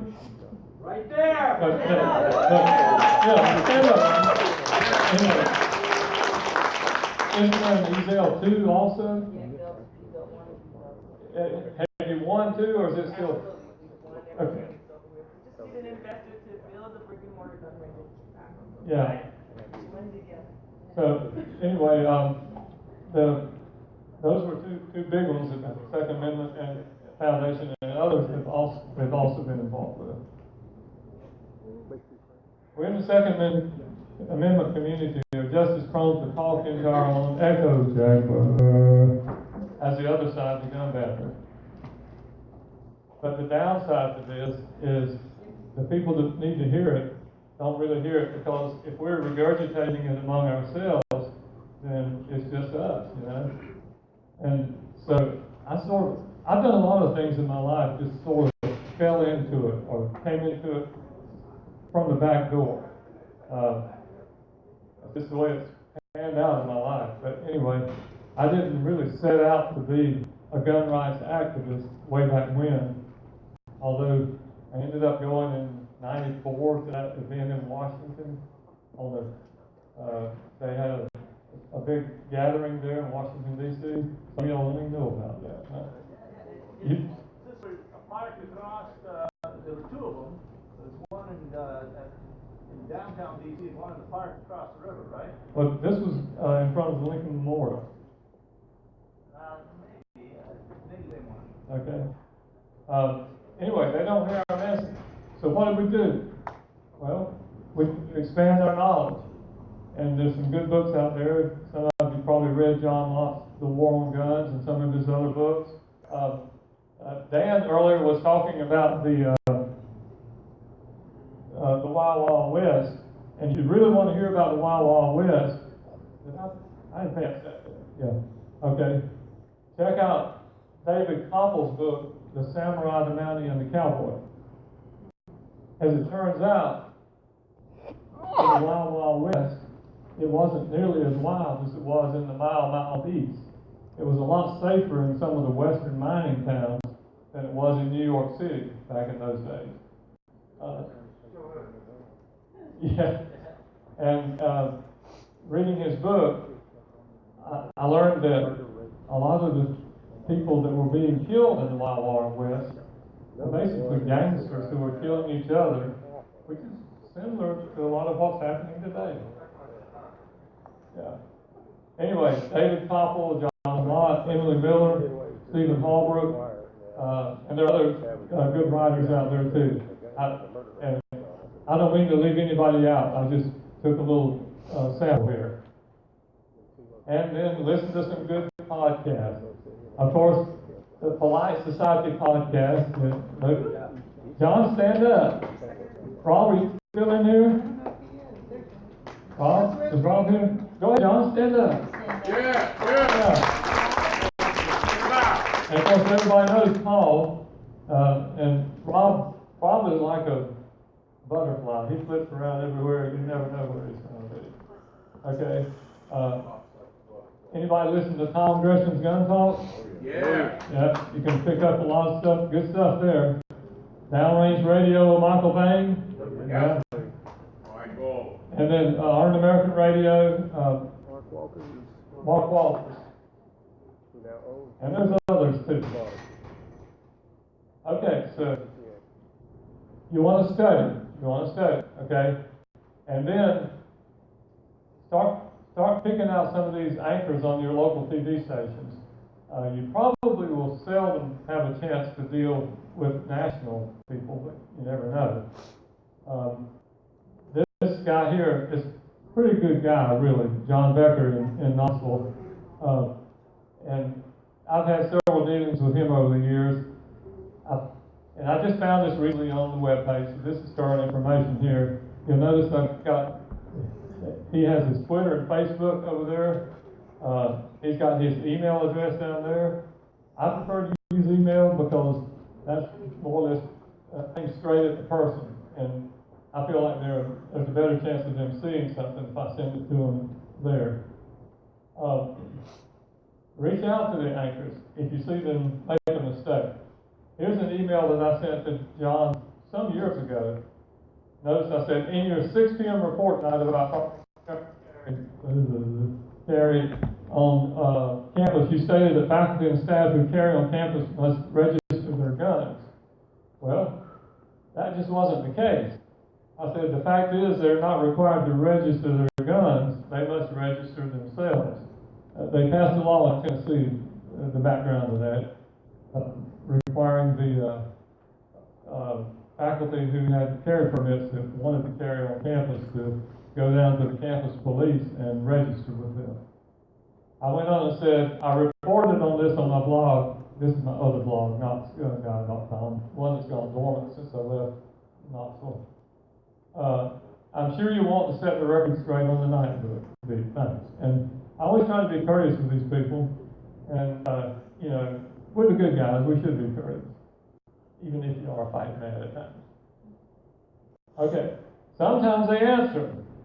I got this back from him. Thank you for the note, Mr. Matthews. I appreciate you taking time to write. I spoke to our Nightside editor and will ensure it is correct moving forward on air and online. Again, please reach out anytime. Well, as an aside, about 2 weeks ago, they had a report on the same channel that was erroneous. So I haven't had any contact with him in probably 1.5 to 2 years. I emailed him and told him about it. It popped up on Facebook. Some of my friends over in Knoxville said, here's what he said. Well, it actually wasn't him. It was a junior reporter. But I had his email, so I emailed him, and he responded to me, and he had their editor, producer, I believe it was, go in and correct the record there. So sometimes they listen. Sometimes they will answer. Sometimes they invite you into the studio. On that same subject about campus carry, he invited me to come and speak with him and this lawyer who was, dare I say, anti-gun lawyer. He probably has a gun, but he's a butter gun owner. Somehow or other, and again, I didn't plan this, but somehow I became the guy that television reporters came to when they wanted to ask about the pro-gun side. Yes, sir. You're assuming the media wants to hear the other side. Well, Often not. no, I'm not assuming that. I'm saying sometimes they do. Okay. Okay. All right. Now, had an interesting thing happen there. One day I was minding my own business, and I got a call from one of the stations. Shortly thereafter, I got calls from the other 2 local stations, and before I knew it, I had 3 of them in my house at one time. One of them came out earlier, and while he was there, and we finished our interview while he was there, we finished our interview as the other 2 were arriving from 2 other stations. They came in, set up 2 cameras, and they were both asking me questions. One of them would ask a question, then the other would ask a question. That was interesting. Why did they do it? I think mainly because I repeatedly reached out to them. They knew I'd give them an interview on short notice if I could. There was one time I got a call about an interview, and I don't remember what I had going on, but this attorney that I was involved with in a suit against the city of Knoxville, I said, maybe you could call this attorney, maybe he'd take it, and he did, so we got somebody to talk to him anyway. Here's another anchor. I've not had any contact with this guy yet, but he's in Nashville. I live in Cookeville, Tennessee now, which is a little closer to Nashville, rather rural community, which is more to my liking. And you'll notice you don't see any email for him on the website. He's got the Facebook and Twitter contacts, but I did find the newsroom email. So, you know, if I find a reason to contact that station, I've got that email there, and I can reach out to them at that time. Okay, now, occasionally you get a face-to-face interview, and I have had several, as I mentioned. Strangest thing happened at the NRA show several years ago.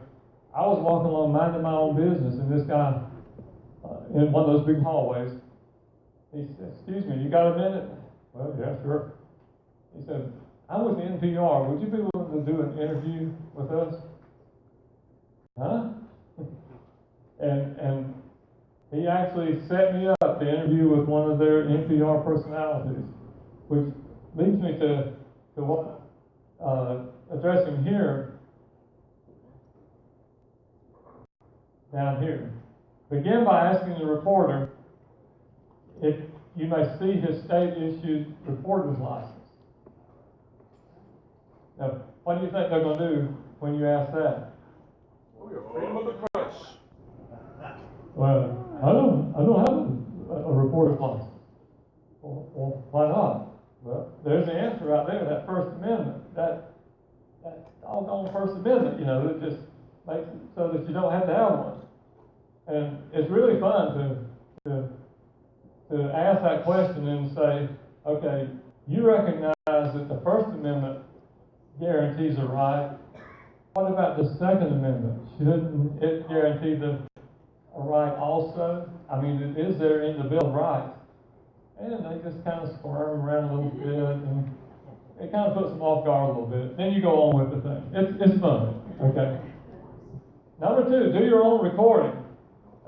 Bring your phone, and you know, if you're going to have an interview with them, have your phone there and record it all. They may do you well. Most of the time that I've had interviews, people have really treated me as fair as I would have expected, maybe fairer than I would. And so, but nevertheless, there was Virginia CDL. Yeah, they were in an interview, and they were flat thrown under the bus, and they had recordings. They actually sued but lost over that. Okay, number three. But anyway, back to number two. You may not be able to get them to change it, but you can at least put it out there on your social media. You may even be able to go to their website and put a link in there to it. Number three, expect to make mistakes. No baseball player ever batted 1,000. The reporter is in charge, he thinks, and for the most part he probably is.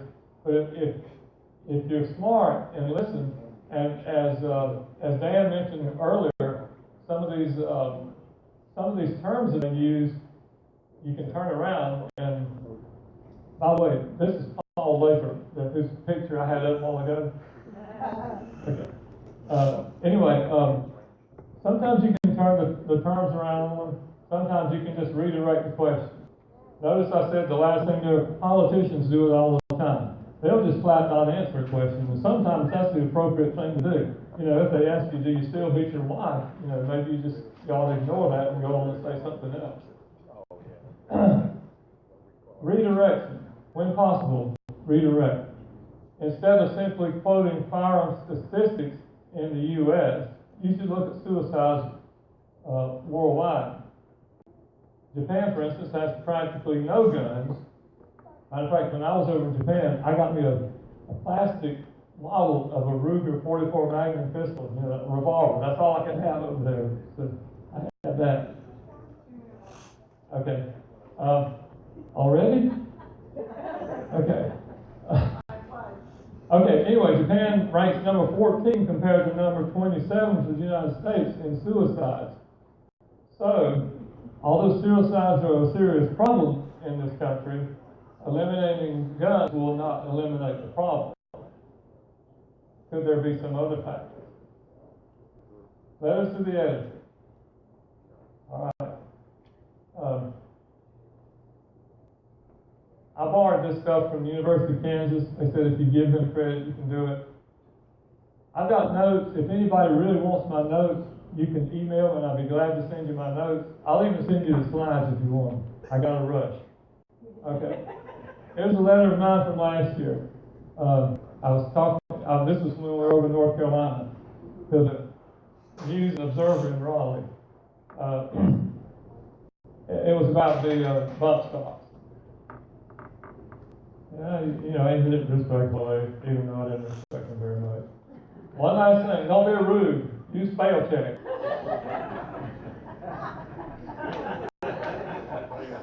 Use the right grammar. Proofread your letter. Let somebody else proofread your letter, okay?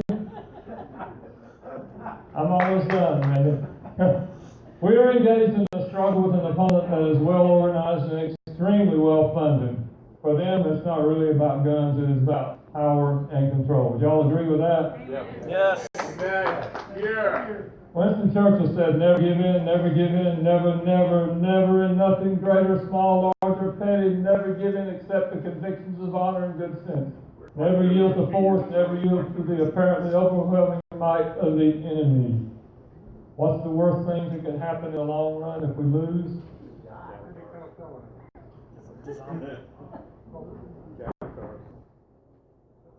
Maybe that.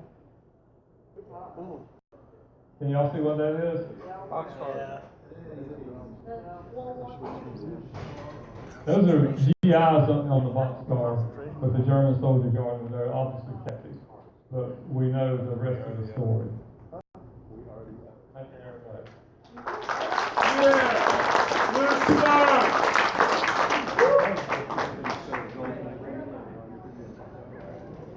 We gotta keep that right on time thing going, you know how that goes. Okay, so, it's break time, you've got 20 minutes. Cheryl would like the DC Project gals to the front for a picture, and then everybody can, all the rest of you can head off. The DC Project gals get your picture, and then can do whatever. Okay.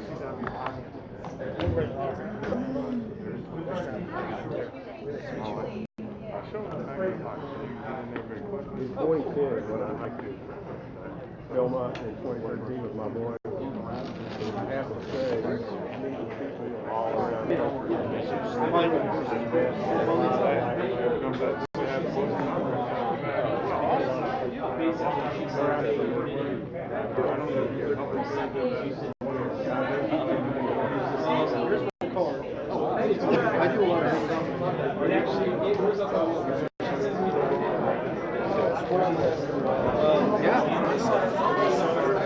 Specialization is your insects. You heard that quote?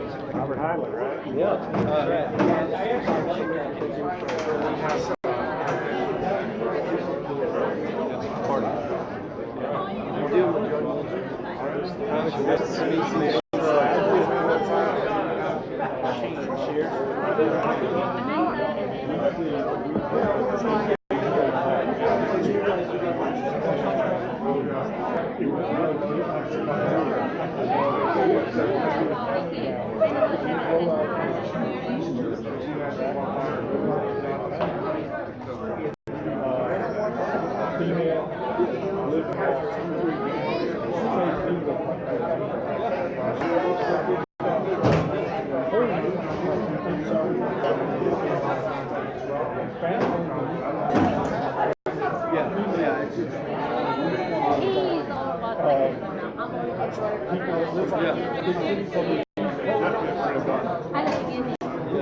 I never see a gun when I grow up. Yeah,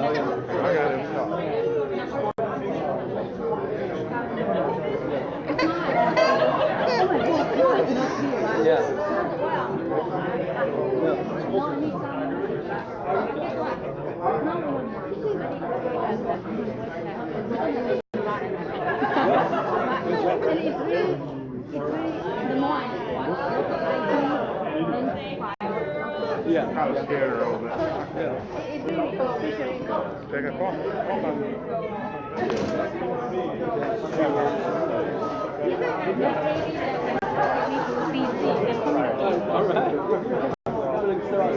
Good, nice to meet you.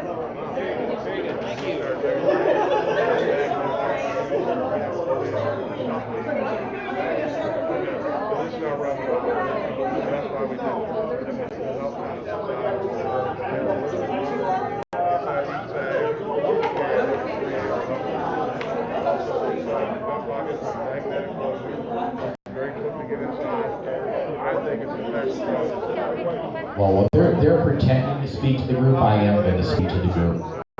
I've been asked by the facility staff to let everybody know that if you leave something on the table when we clear this afternoon, it will be thrown away.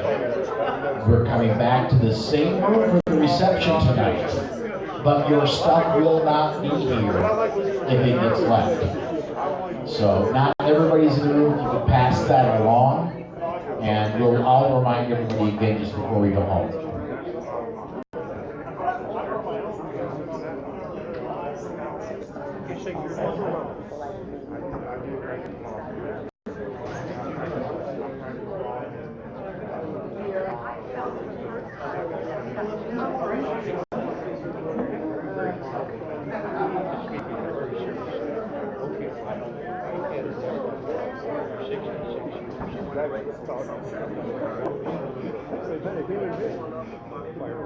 And that was part of it. How did half like this? Okay, the cover that was the first day,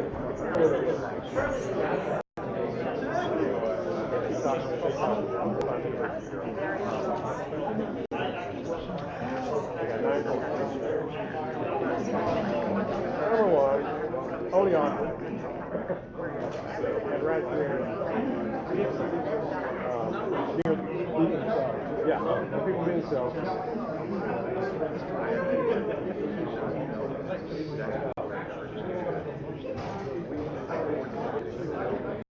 Fine common ground. Well, that will look. We can't point and just so we get talking about that. But it was really kind of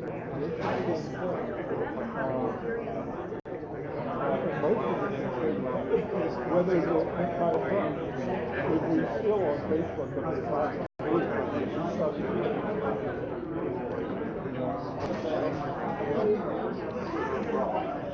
but it was interesting.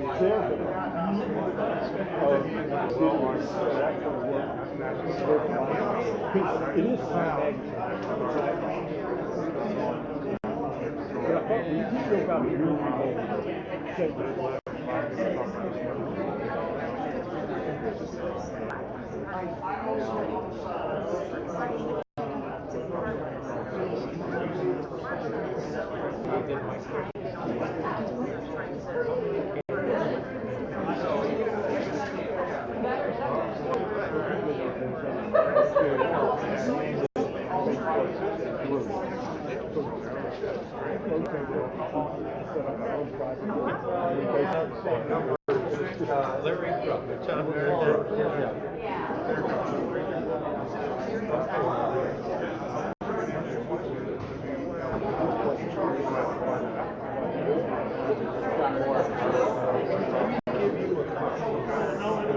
looking for.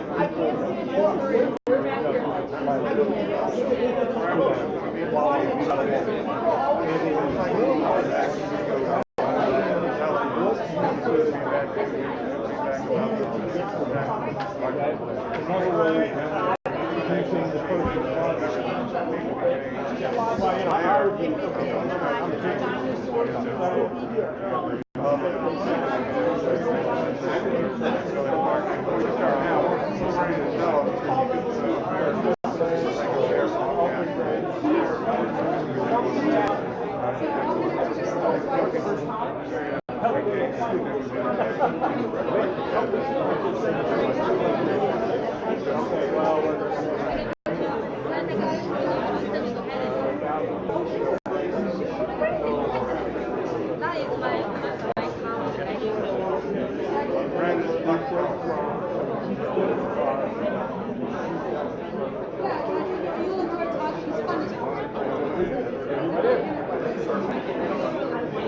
Because the answer is, the only answer is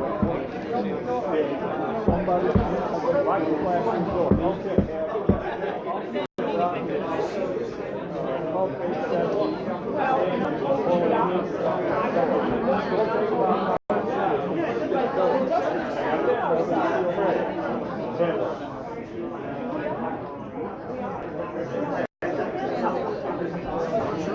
I know where I fall on that.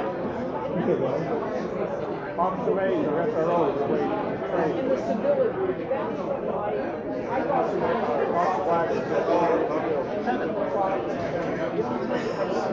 that's what I got to or anytime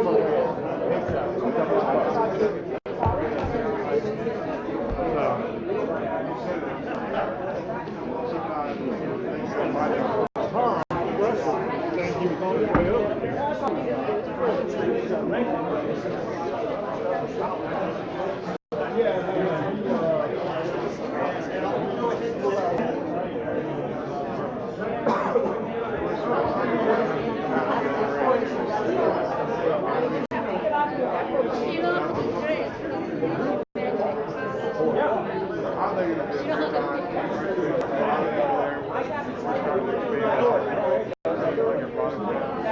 We are changing the way this is what we've done.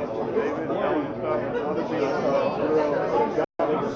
We give them the different bags and stuff, but even if they have a sheet, it wasn't on my stuff. They were going to take it off. Feedback, we were talking about it. We just not doing it. You guys, we got on the back. Everybody back in all everybody that's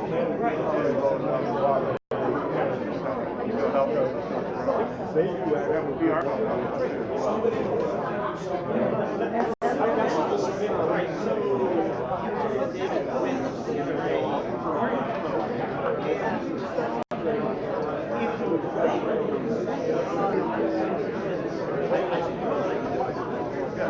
that's what we were going to have to do. So you actually want to work the booth?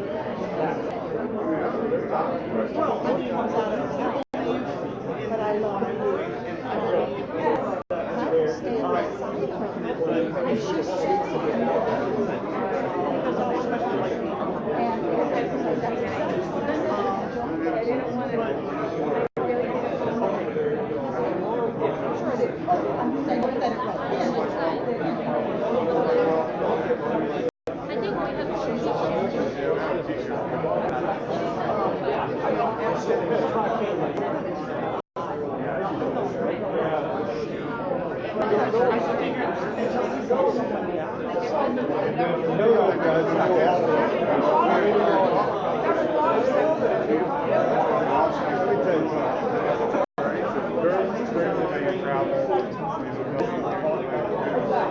At that point,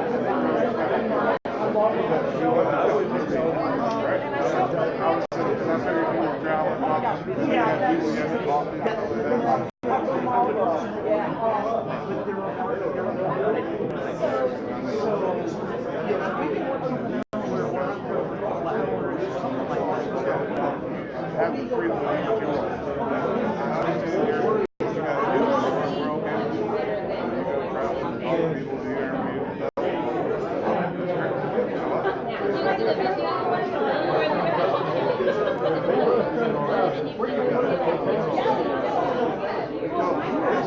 This year, we did the back show that right. This year we had already just about a lot of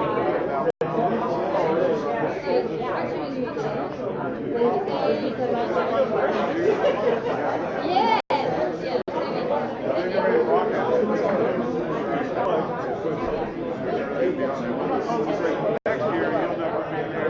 We kind of more budget out.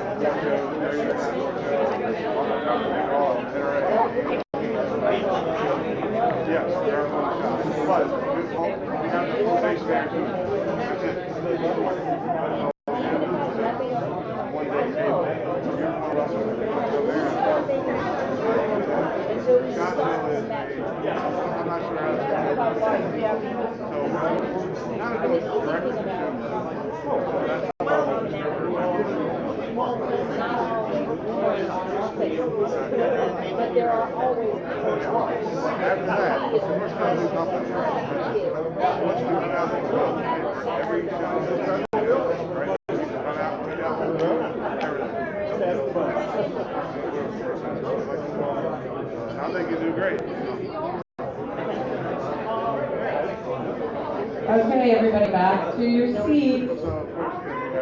Yeah, time flies. Time flies for the day. No doubt about it. All right,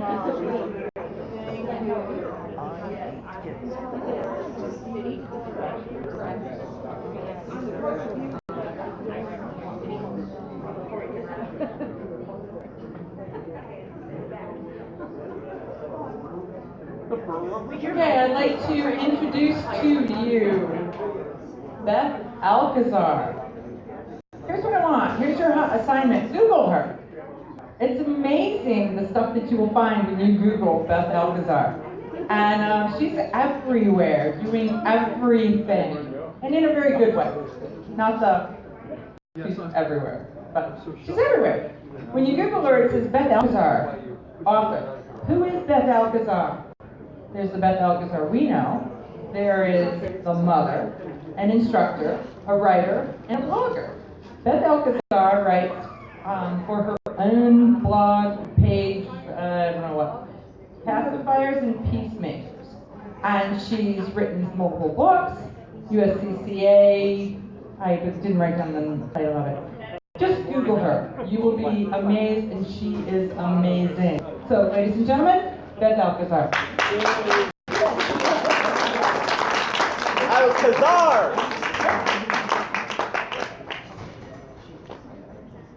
She's breaking it up. Yay. Okay, we're in good shape. Oh, I can't. All right. My computer had to wake up from the break just as much as all of us did. You know, after lunch and it's nap time, and maybe we need some more caffeine or whatever the case may be. Maybe a nap would actually be really, really good. So maybe I can keep your attention before nap time. We've got a couple great presenters here, so we don't want to miss that at all. So creating refrigerator journalism is my topic. And it was quite fun being able to send in some ideas on what I wanted to speak about. And this one just happened to ring through with me because it's something that's been locked in my brain probably for the last 25, almost 30 years.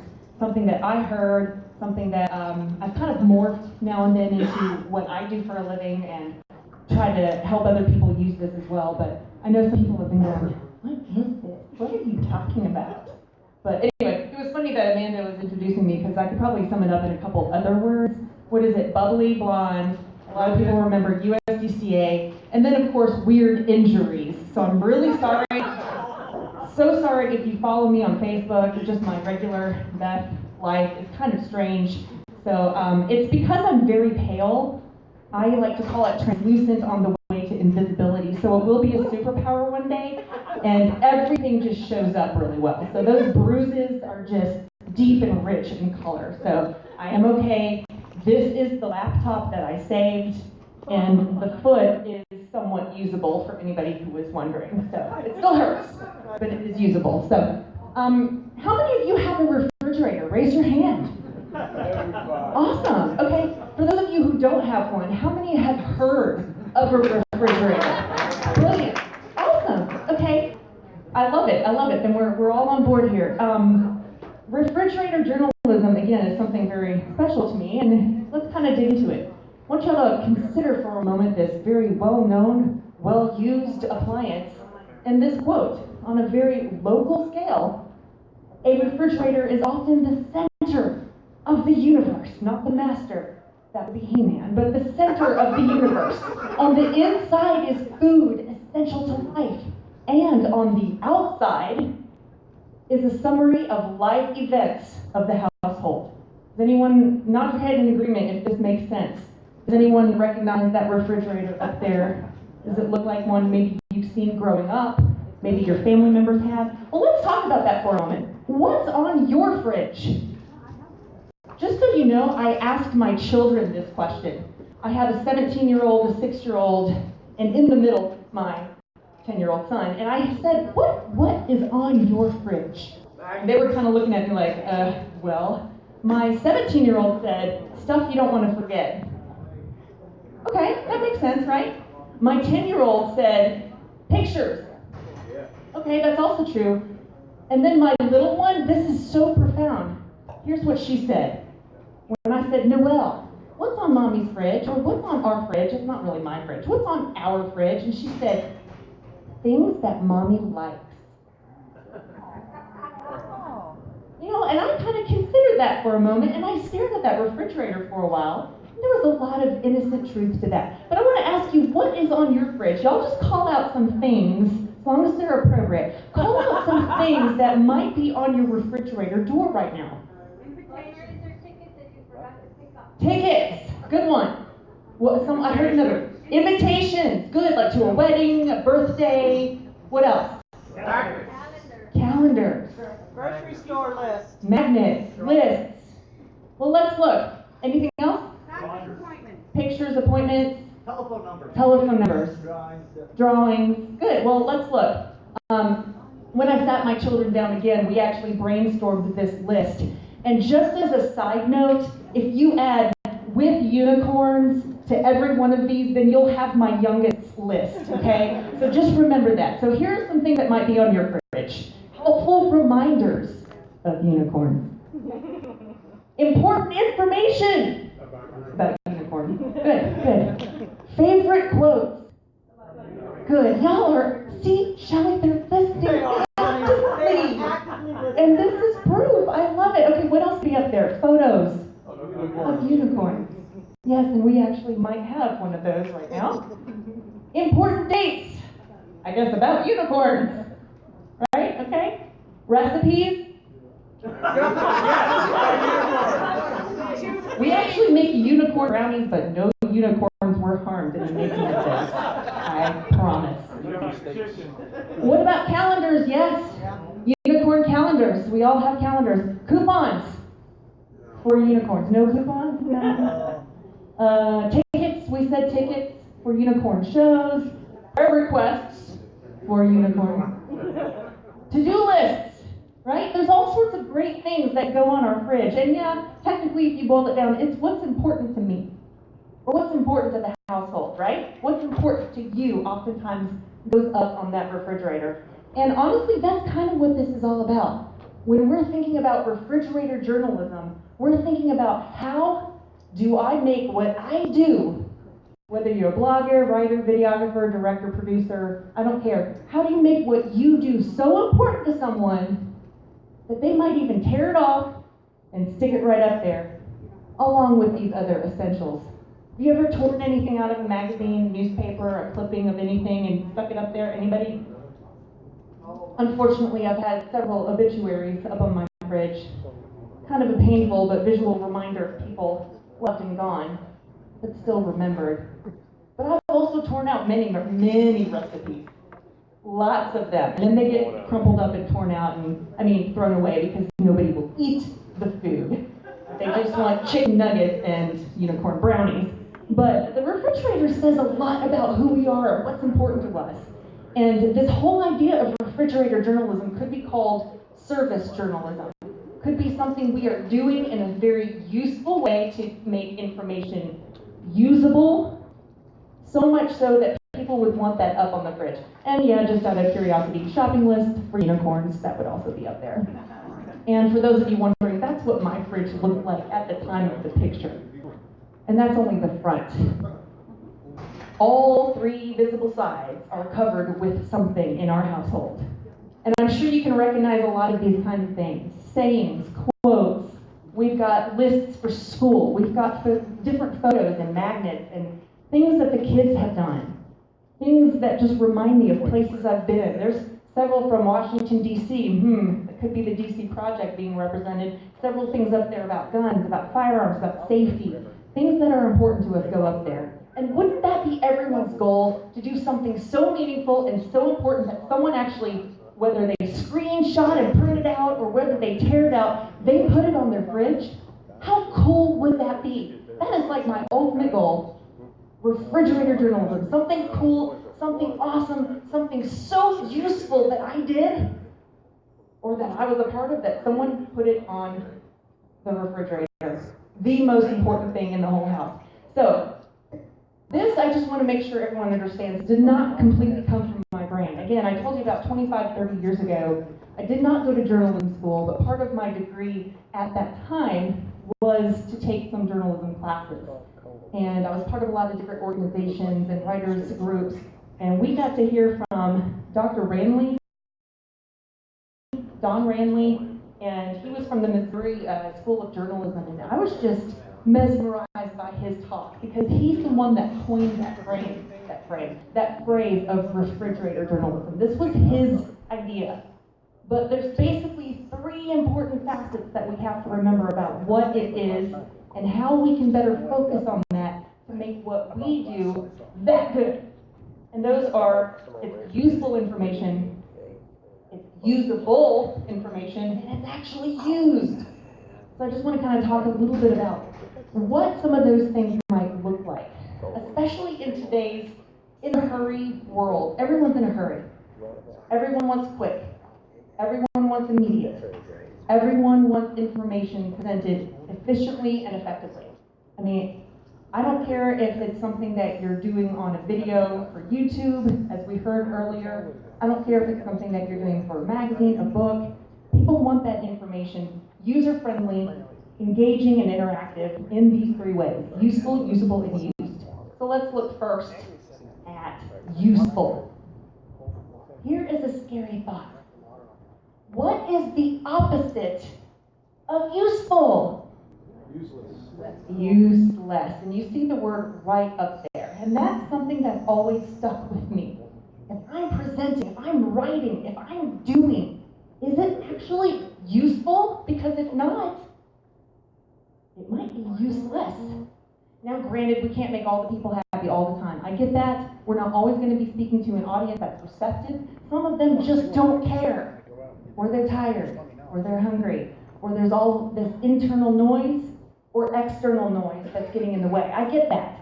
But ultimately, if it's not useful, then what the heck is it? And why are we doing it?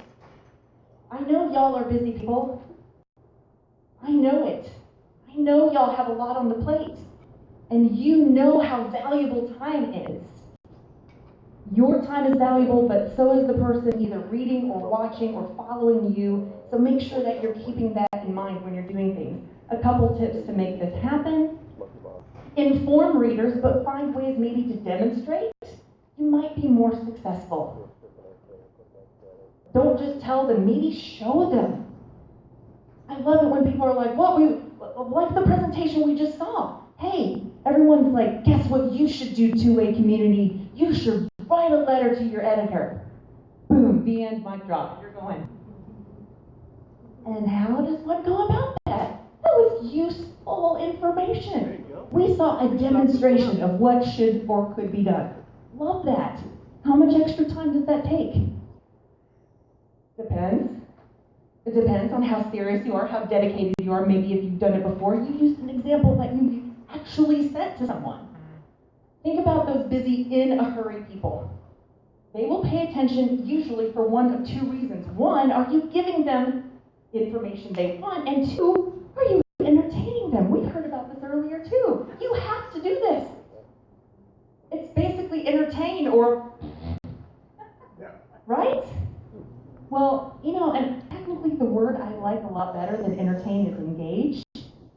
Because when I teach a lot of teachers how to teach teachers. Yes, that is very meta. But it's awesome.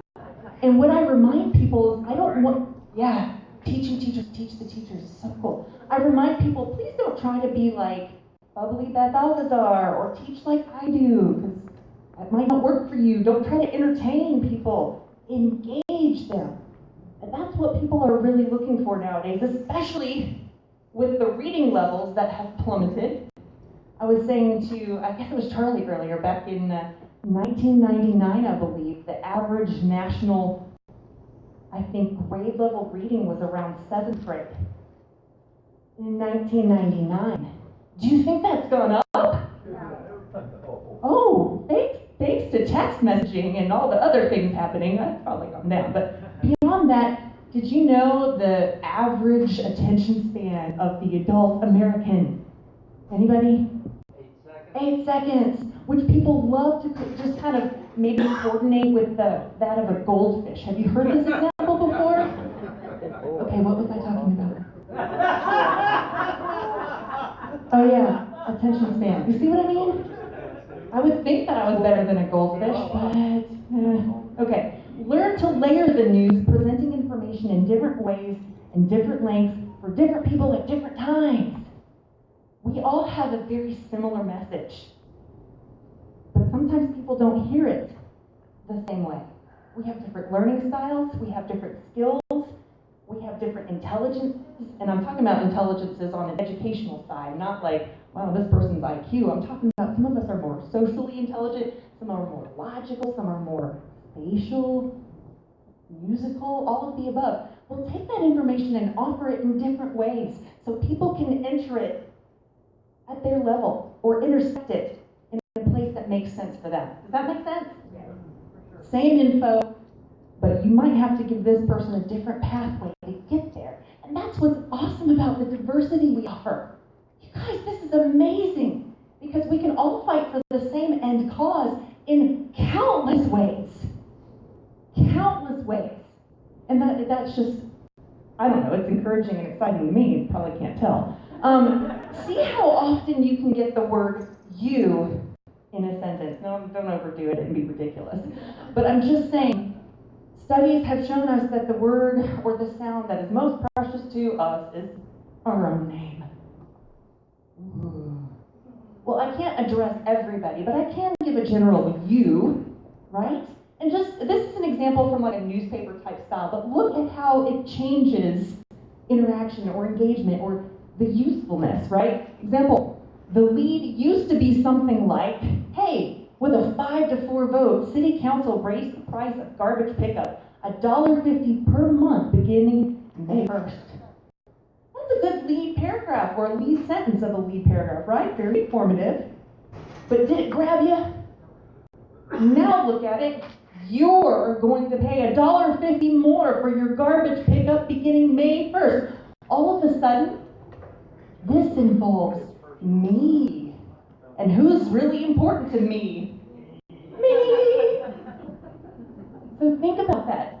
Think about what's going on in others' brains. What can bring them into the conversation in very easy ways. That's easy to do. Just a little rewording. More useful. Think visually and graphically. Does anybody like infographics? Dude, I love those things. I see them and I'm like, yes, I am reading every word of this. I don't know, it just sucks me in.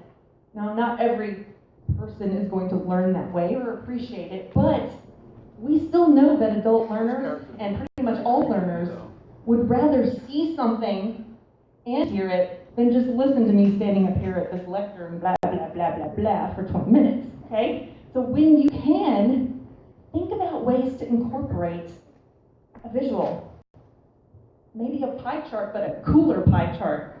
I want to make a pie chart that's made out of sections of a gun and like make that 10% and whatever, I don't know. You think of those things that attract your audience, whatever, readers, viewers, etc. Remember that read headlines 5 times more than they read body copy. Now that's an older fact, but it still rings true. And it makes it super difficult, you guys. I'm not going to say this is easy, but when we're dealing with SEO, I've been told that all my titles must be blah, blah, blah, word for word. Here are guns. Boring. I was going to have some really cool titles, really suck people in. Maybe have a subhead, so you can use that cool title, but still be very, very specific about maybe this topic is women and guns, or first-time gun buyers, or whatever. But also look at the subheads. The subheads are really important.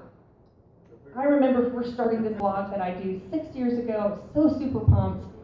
And we're like, well, let's 500 to 800 words. It's probably safe, right? Does that sound about right to most of you for a blog? 500 to 800 words. I was like, that's digestible. Once you get to 801, people go, nope, I don't have time for you. But right at 800, it might be a little safe spot there. Well, then 2 years ago, I was instructed to add subheads, and I was like, there's only like 3 paragraphs. Well, we need subheads because people want to read in little bits and chunks. Well, fine then. I added my subheads, and now I can make more people happy for the 8-second something that I can't remember what I was talking about earlier. Something about 8 seconds. Okay, and again, remember the opposite of useful is useless. Very scary. Now, usable. How usable is that? That is quite the invention. I love it. It is fantastic. Well, here are some tips on making things usable. Deliver the message in a way that respects readers' lack of time. Oh gosh, this one pains me as an English teacher in my past. You do not have to write in full sentences. What? Okay, complete thoughts, yes, but not necessarily complete sentences. And this is a little of that creative license, creative liberty, and sometimes it makes paragraphs way more interesting anyway, right? Okay. Tips is a magical word. People love this. 5 tips for the cross-dominant shooter. 10 tips for getting involved with competitive shooting. People love tips.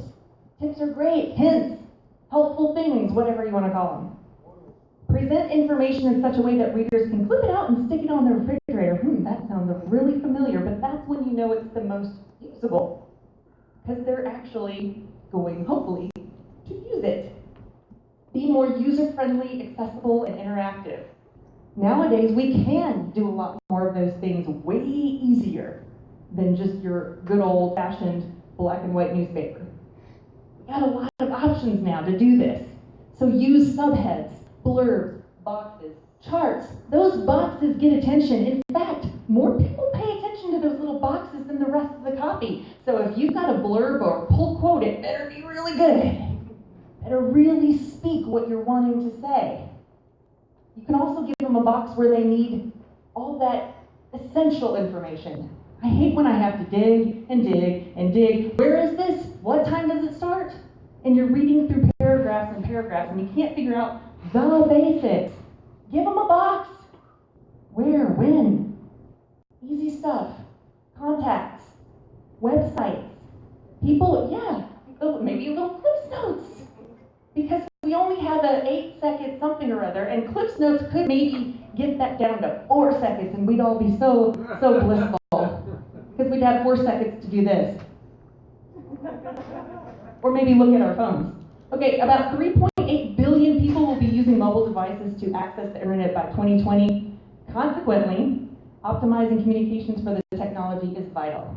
I think most of y'all know this, but I mean, if they can't find it on their phone, they're probably not going to find it. It amazes me how few people actually look at the laptop or computer or whatever that was in front of them, even if it is in front of them. How many times are you sitting at your computer and you're still searching stuff on your phone?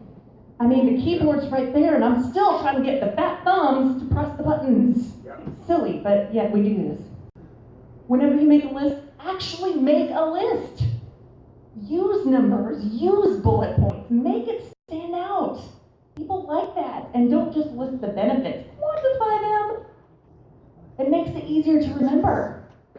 They also like things like, don't do this, do this, try this, not that, or the advantages, disadvantages kind of list. People do appreciate that. A lot of times when we teach about the basics for firearms and we go all the way back to, do we want revolver, do we want semi-automatic? It's very nice to present advantages and disadvantages for both. Very clear, laid out, and let people weigh that, consider that, read that, think about it for themselves. Do graphic journalism. Again, here we go. It's important to use whatever you can to enhance that story, okay? And be credible. This actually includes a lot of little subheads here. That would be correct. To be credible, you need to be correct. So we've got spelling, grammar, truth, and honesty. And there's your ethos from good old Aristotle and the persuasive terms there. We need to be consistent with your style, with your treatment, with your approach. Yes, even some of the verb tenses, it would be nice if they were consistent once in a while. It needs to be clear. Clear as focus, content, and execution. And sometimes that's hard when you're writing your blog and it's, 3 a.m. and you gotta wake up in 2 hours and get the kids ready for school. It's never happened to me like that, but I can imagine it could be really difficult. Concise. Simple is good. Hey, 6 hours, you had something going for you when you came up with that. Coherent.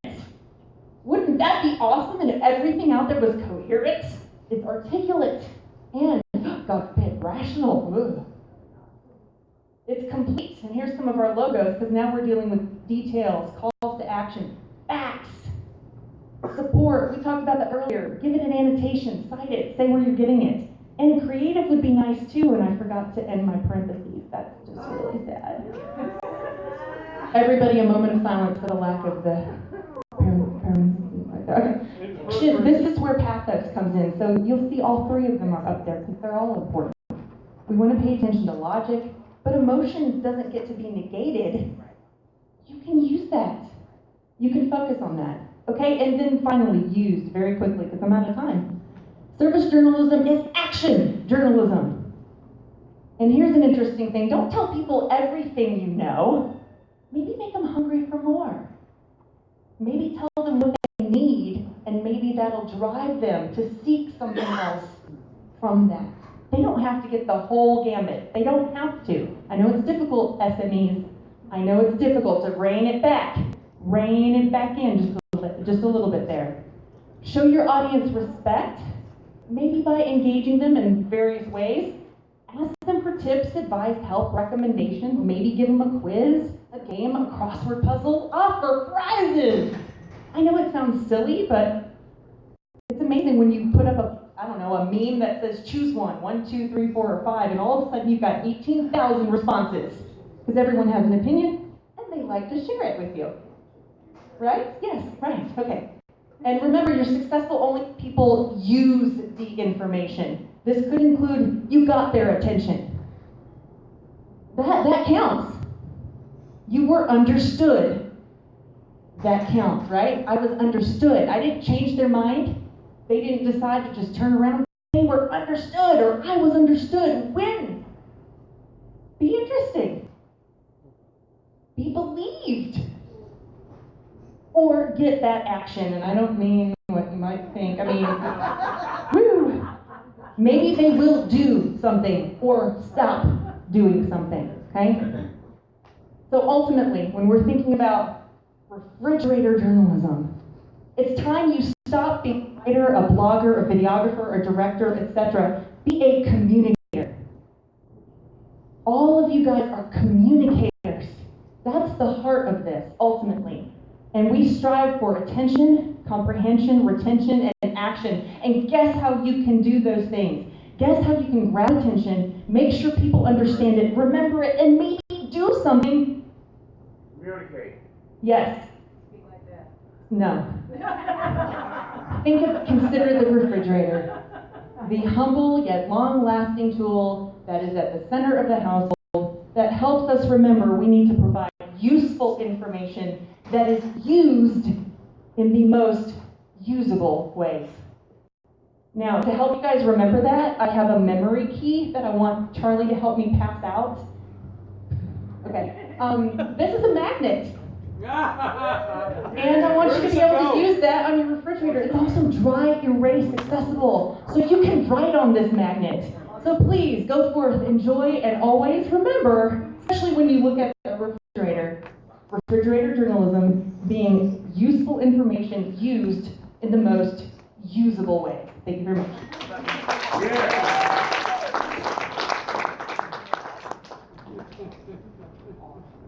I always feel so bad when I'm standing there going, move it, go. So we're moving on to the next speaker as Charlie's passing out stuff. Thank you so much, Beth Officer. Thank you so much.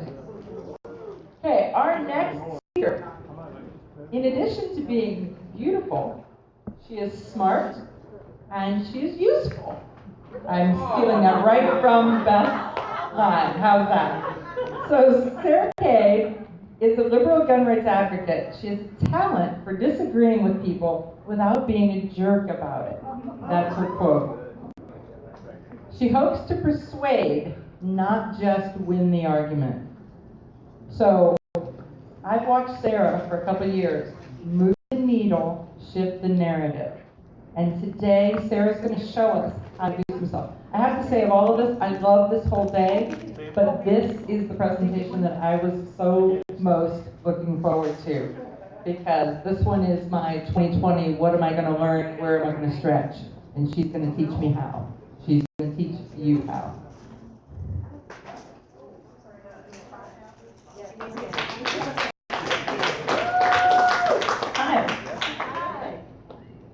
Feel free to talk amongst yourselves briefly. I still have a teeny bit of setup to do.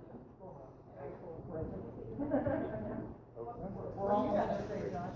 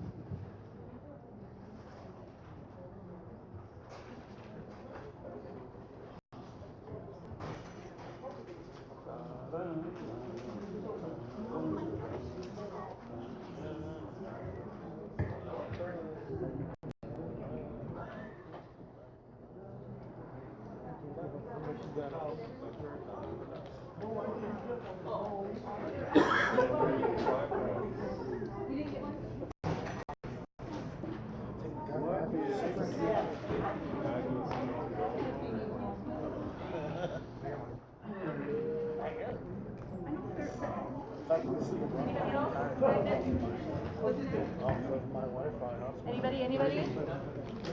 Cheryl? Magnets? Got the magnets or no? I just need something last minute, so I went to All right. Did you get yours? Don't feel bad.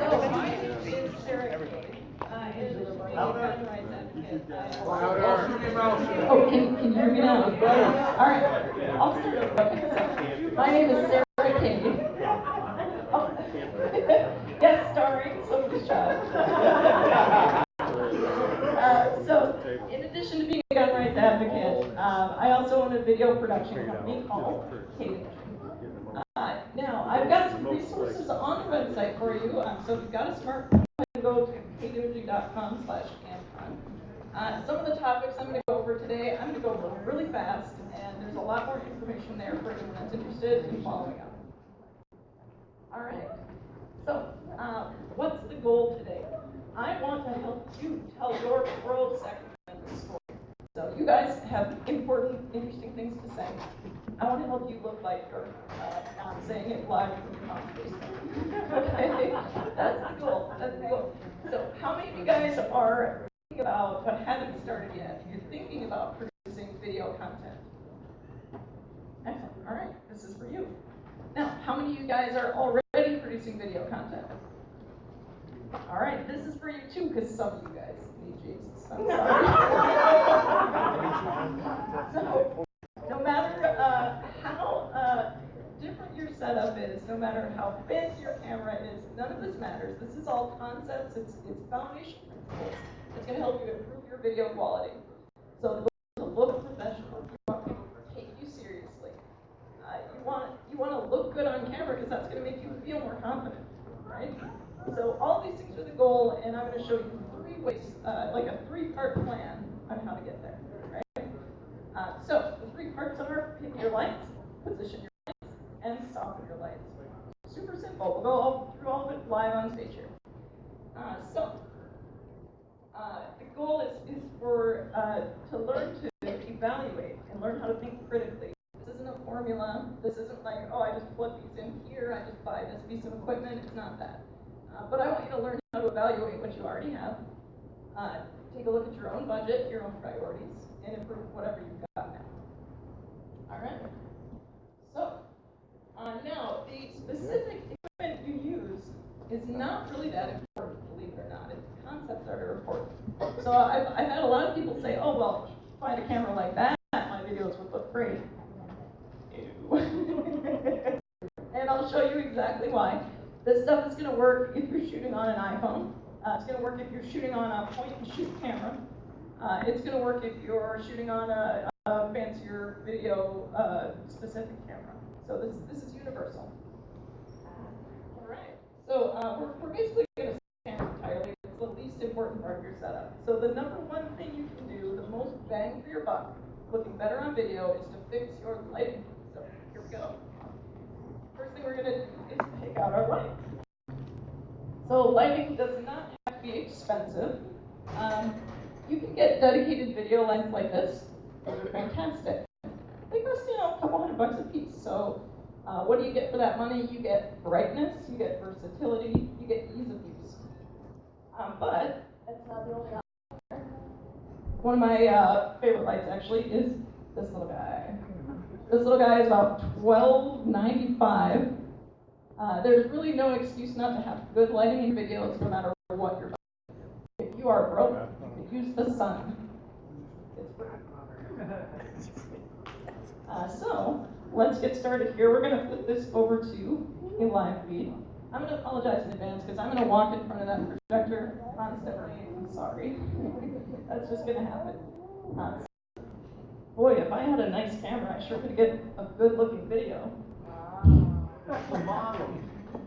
It's really not bad. No. By the way, I'd like to introduce John, my 100% willing participant. And his job today is to show you in real time exactly how these changes are going to affect him. So, right now, we're looking at an image that it's not due to John, it's due to our light. So what do we got going on here? We've got light from above. It doesn't look great. We've got some reflections on his glasses. We've got rather a hard light, so you can see. We'll go over that later. But that's just a factor that's influencing why this image doesn't look good, even though that's a really nice camera.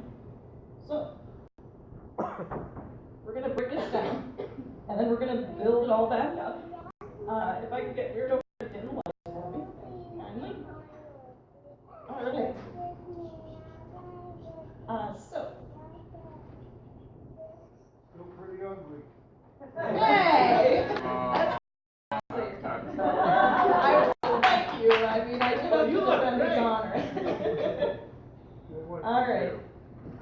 So, if we're going to pick out lights, how many of you guys have unlimited budget? Oh, really? Shocking. Okay, so everybody's on a budget. Anything you pick is going to have advantages or disadvantages.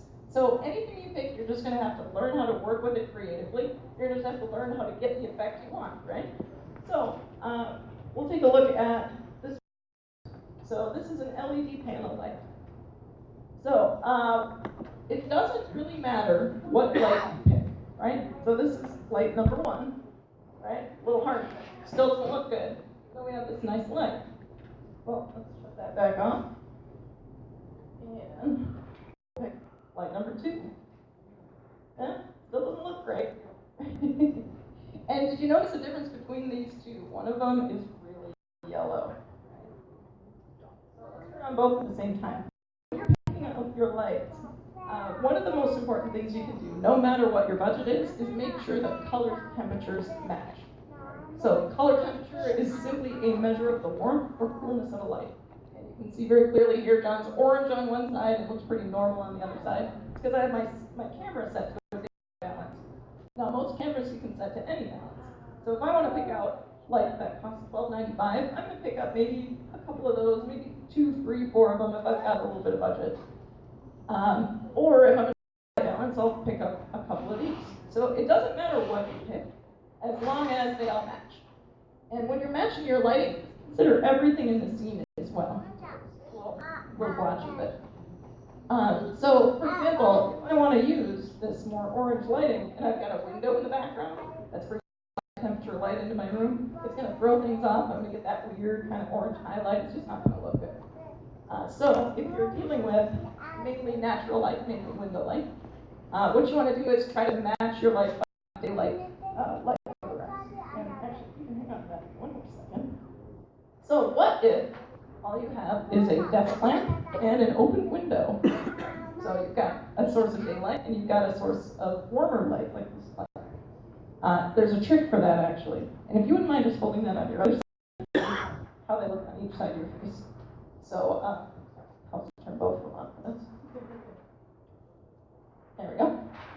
So what you can do for that, if you've got a match light that aren't going to match, there's a thing called a gel. And you'll see this on the website. It's cadeimaging.com/Ammcon, am-con. So there's samples of this on the site there. This is about $6.95. It's a translucent blue gel. Drop right over that light. And now takes away that orange cast. So that's a great budget option if you're matching a bunch of lights. Say maybe you've got a fluorescent light, then you're going to need to correct fluorescent light to daylight, either green or magenta. To correct incandescent light to daylight, you need blue. So it's there's some information on the website there about how to match what you have. If you need that, just click on that link and it will give you all the information you should need. All right. So color. Any questions on color temperature? Pretty clear. Yeah, and if you have anything, if there's anything I say that you don't understand, ask now. If there's anything that's a little off topic, ask at the end. I reserve some time at the end for questions. So. What about clear light bulbs? Clear light bulbs will still have a color temperature. Sometimes it'll say on the box what the color temperature is. Otherwise, you can kind of guess and check as an option too. Yep. If you go on the website also, there's a link that says color temperature basic.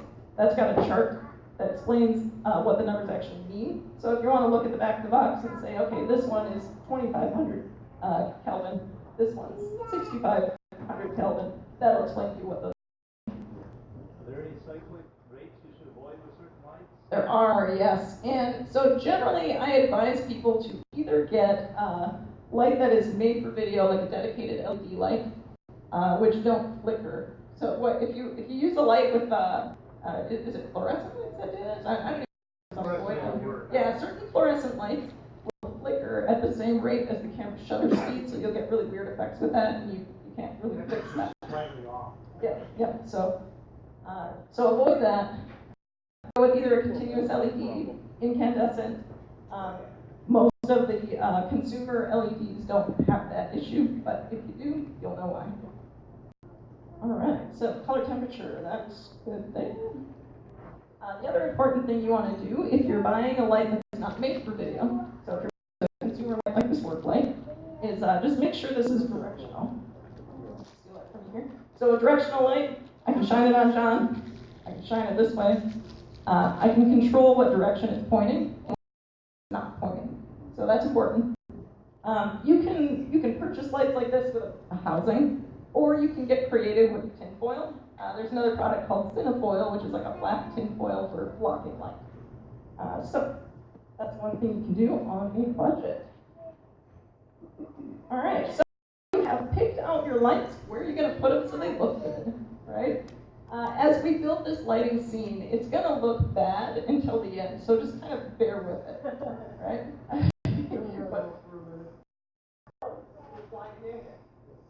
Better? Sorry. Join the party.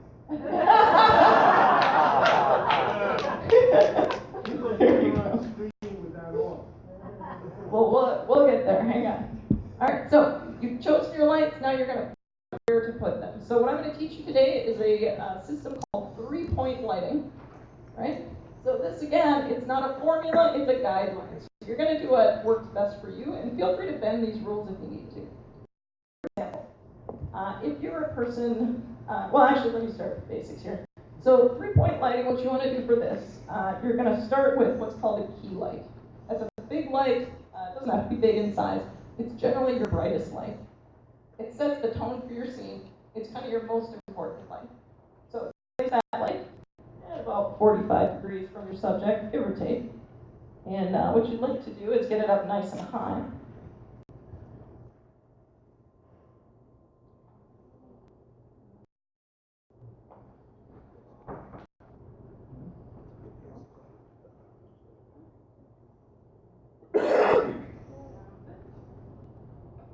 There, I gotta give you a 5-minute warning. Oh, I thought I had 25 minutes. Yeah.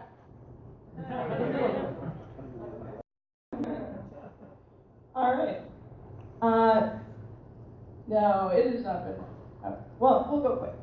Anyways, so first light, you're gonna put approximately 45 degrees. It depends on your subject as well. So if you're a person with a round face, you might want to add a little dimensionality by projecting a little more shadow.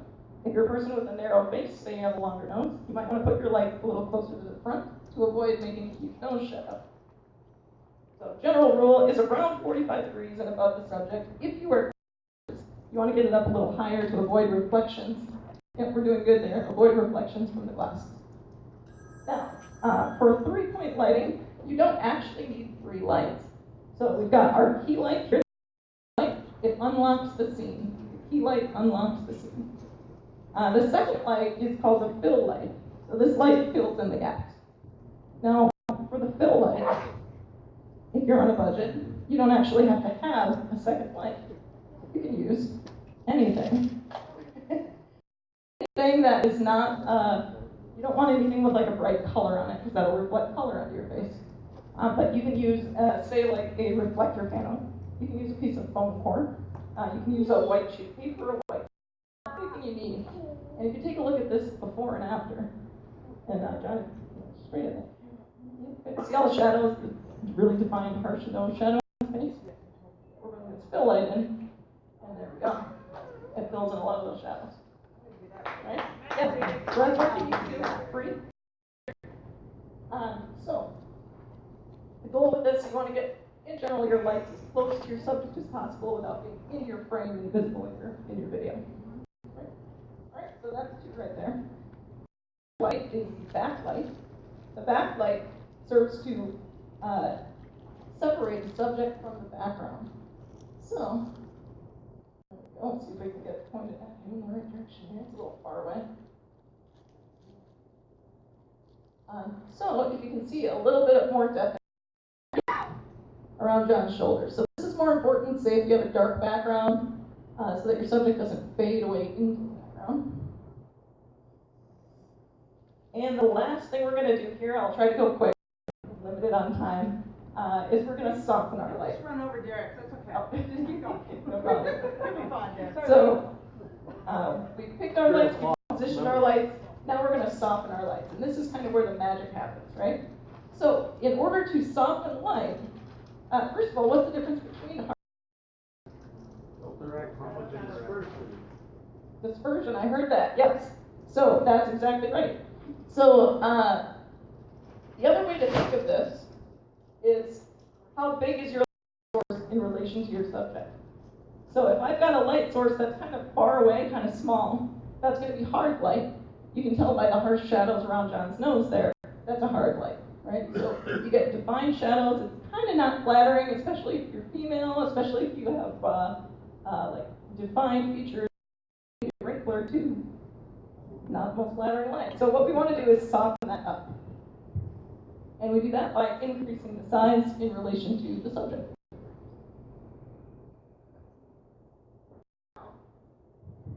Sorry, I don't have enough hands here, but thank you.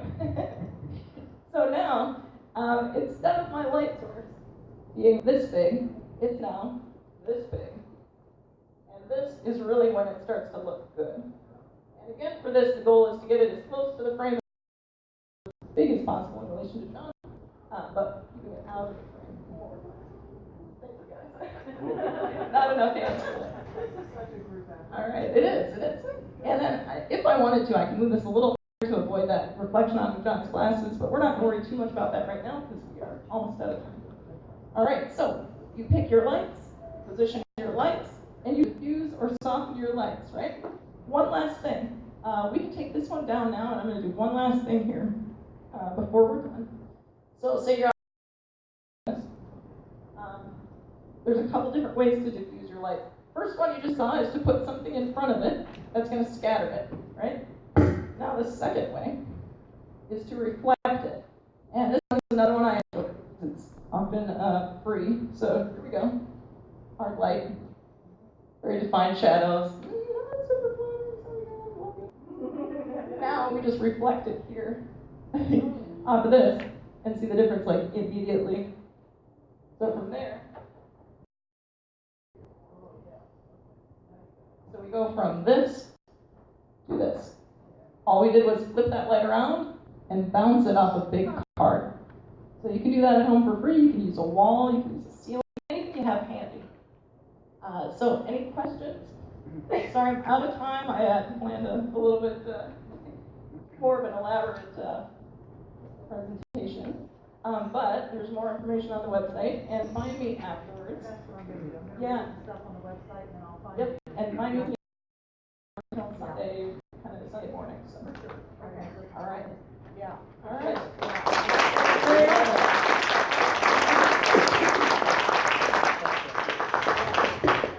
Yeah.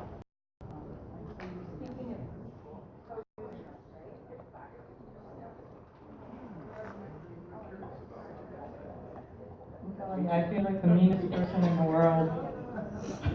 Right? It's hard. It's hard. You guys have so much good stuff to share. Yeah. Okay. So now we're going to introduce Derek LeBlanc. Kids Safe Foundation. This is all I'm going to say. 0 firearms accidents are the only acceptable. Right? Who can argue with that? So Derek, he's going to come up and talk about something completely different, but I want you guys to know that, and to think that, and to repeat that. You'd be surprised how many people don't want to hear that. I'm Derek LeBlanc. I'm president of the Kids Safe Foundation. We're a small nonprofit. We're based in Eugene, Oregon. And so today I'm going to be talking about spreading a positive message through social media to protect rights. And so this is something I do every day when I'm posting on social media. And so, my journey started about 7 years ago to get here. And it started on a cold morning where I was unarmed and I was challenged by somebody that was inside of my vehicle. I physically fought with him on the ground for about 10 minutes, so my girl shot him. And so that was the beginning of my advocacy career. And so from that time, I went to the Capitol building because they're trying to restrict our rights in Oregon. And at that point, I was my first that I gave after that happened, I had that same pistol grip shotgun strapped over my shoulder as I was preaching about how they're not going to take my rights. But I realized I was only reaching about 75 people. And so through that, I figured out that I need to change the message. And so that's what I've kind of learned how to do. Honing the tip of the spear. And the way I view everyone in this room is we are the tips of the spear. It's our job to educate, entertain, influence, and motivate people to help us. This is my fight. This is not your fight. This is everyone's fight. And so this fight also it crosses all divides. And so this is a human right, and so that's where I've kind of taken it. And so I became an NRA certified instructor, and then I realized when I was working with parents that are new to firearms that I was potentially exposing their kids. And so at that point, I started looking at programs. And then and being from Eugene, Oregon, very left of center, there wasn't one that was going to resonate with the masses. And I didn't want to reach just 5 kids, I wanted to reach 5,000 or 5 million. And so then I started my own project and my own program. And so about 2 years of hard development, we've been a nonprofit for about 5 years now. And so we've reached about 17,000 kids so far in Oregon, Washington, Northern California. I'm doing a class this Sunday in Arizona, and the message is getting out there. It's through sharing our story and our message. And so, thank you. Thank you. And so, my advice and what I'd love to see from all of you is to, there's a lot of edgy stuff. I love memes. Memes are my favorite thing. But I have to realize that I'm only going to reach my echo chamber. And so everything I try to do is I try to reach everyone. And so, obviously right now what I'm doing with my curriculum is I'm trying to translate into different languages.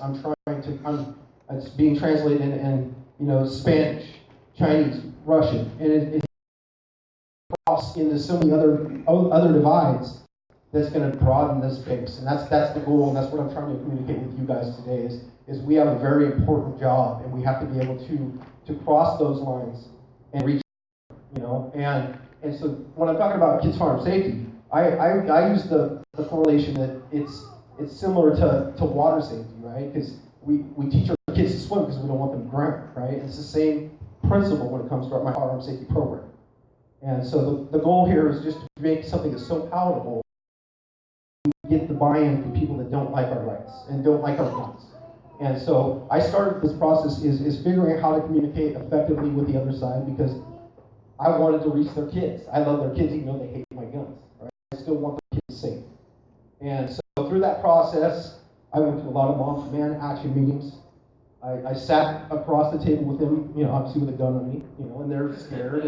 But at that point, I was able to engage in effective dialogue that we, as influencers, because we have to be able to reach those people that we can't always reach and get them to listen to us, because we're the ones with the experience. Okay? The experience is what matters. The experience is what keeps us going, keeps us doing what we do. And so throughout that process, I realized there's 3 steps that I can win, not necessarily an argument, but I can win the conversation. And so when I'm talking about winning the conversation, number one step that I always do is I'm going to listen. I'm going to listen to their fears. Okay. Number 2, empathize with those fears. I'm going to show that's when I empathize, I develop a human connection with these people. Okay. And the goal is when I develop that human connection with them, then I can counter and redirect. The third step is to counter and redirect, re-educate. And so there's been so many times I've been in these conversations where we're talking about assault rifles and silencers, and I want to talk about modern sporting rifles, and I want to talk about suppressors. And the goal there is being able to have the intestinal fortitude to be able to sit there and listen to them and effectively. And that's the only way we're going to be able to change minds and hearts and minds. And that's kind of what we do with our social media. And so the goal is just keep the message clear, concise, to the point, and make it so people want to share the message. I hear so much about shadow bans. I hear so much about being blocked. If the content is good, people want to share the message.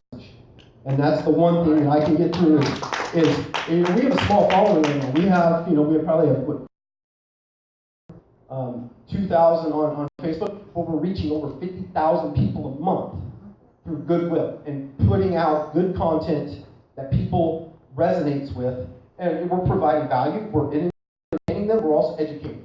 Okay, and that's the goal. And that's the only thing, if I could leave anything for you today, is use your networks and your platforms to be able to do the same. And there's so many people that are in the middle that right now what they're seeing a total decay of our society and to the gun. And so that's why it's our job to be able to make it welcoming to them and bring them into our fold and say, you guys are all welcome here, everywhere. And so one thing my new thing, gun control is the biggest hoax ever perpetrated on the American people. I can prove that because we can look at cities and states where there's high rates of restriction. They have a higher mortality rate because there's zero access to education for their kids. And so that's one thing I'm trying to prove. And what we're doing now as an organization is now NFA audience. And now everybody's afraid of NFA, right? Now I have 10-year-olds that are shooting suppressed firearms. And I'm showing that if done properly, and the message is presented properly, and the imaging point, everything that they're getting from the media is I can debunk that. And so that would be my goal for you guys is to figure out your lane. We're all subject matter experts in this room. That's what I love coming to this conference. This is my 3rd year. We're all an expert. My expertise is kids firearms. I'm going to stay in my lane because the doors are continuing to open because of the goodwill that we share. And you guys are all subject matter experts as well. And so my goal would be to help if there's anything you guys want to learn how to get out of that echo chamber, I'm always available. So I think in closing, I mean, I enjoy being here. I enjoy the brotherhood, the sisterhood, and the camaraderie. And I last night, and they were talking about how there's about 1,000 of us that do what we do. And it sure doesn't feel like that. I think we're a pretty elite group of people because there's not many people do what we do. And so I'm so honored to be able to speak to you and honored to be able to share the stage with some great people because truly we are the tips of the spear. But we need to get people motivated. Okay? I'm a man of action. So, you know, just the last an opportunity to write a Senate bill. So I kind of hemmed and hawed for a little bit. A couple weeks went by. I finally sat down on a Sunday morning at a coffee shop, a Senate bill that would have changed the state of safety in Oregon and probably the country. So I sat down. I was going to do a video with Charlie Cook that night. And so I got that bill on my iPad. I got it done that night, right before I was getting ready to go on live with kids killed about 20 minutes from my home. Okay, and that was God. This is Him telling me to continue my work, and I will continue my work. But He's speaking through me. I was able to start a conversation. We started the process. And we went really, really far. I got a public hearing out of it. There was 37 anti-gun bills in Oregon this year. Some of them were talking about, magazine restrictions. They're considering a 10/22 and an assault rifle.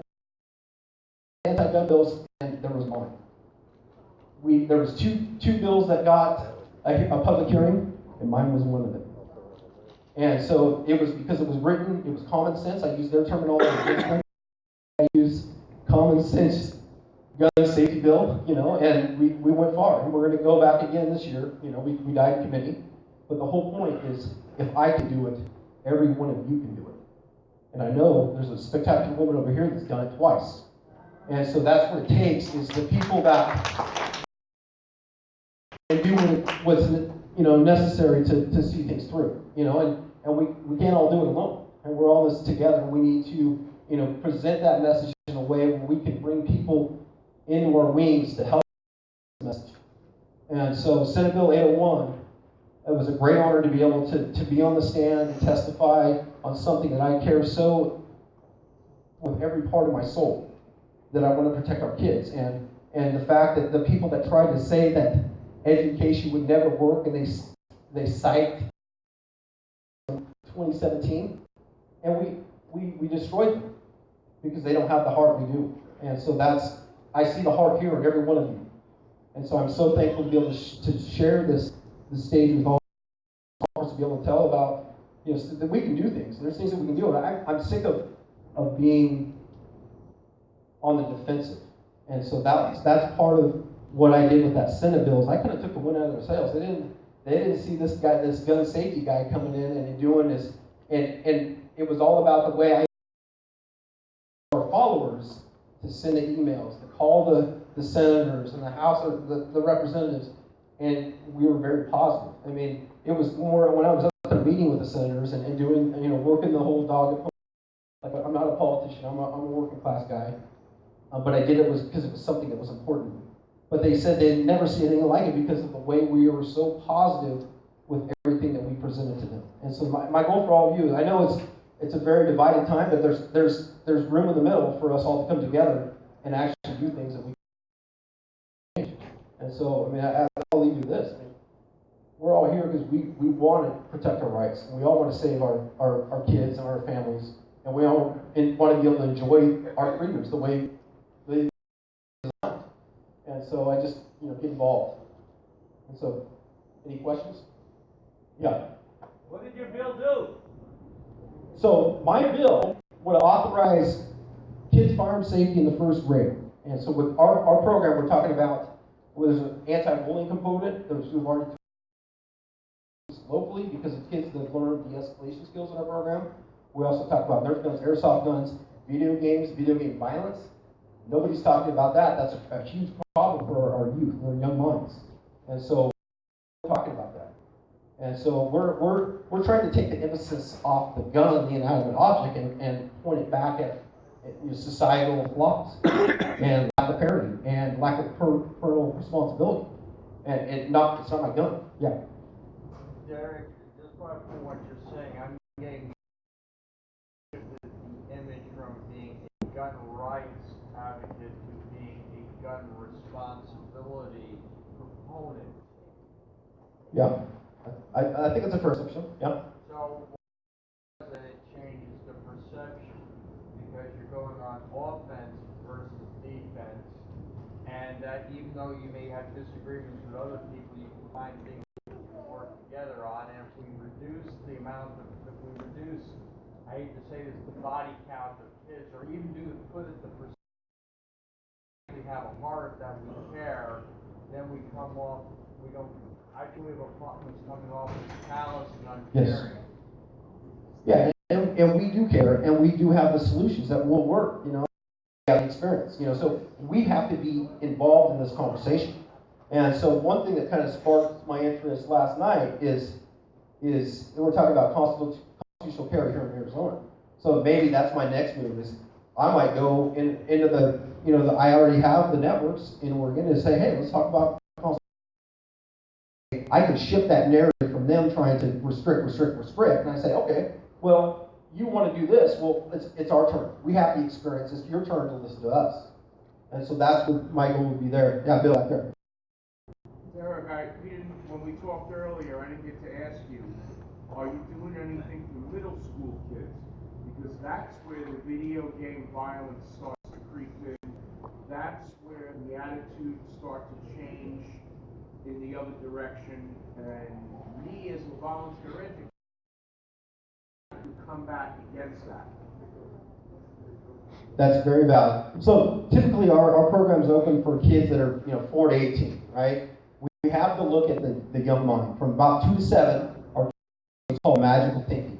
Okay, they don't have enough life experience, they don't have enough discipline, they don't have enough respect or maturity, and so they're getting their information from their environments, which is video games, TV, YouTube, their friends. And so that's why it's very, very important that, video games serve a purpose in our society, but maybe not at 7.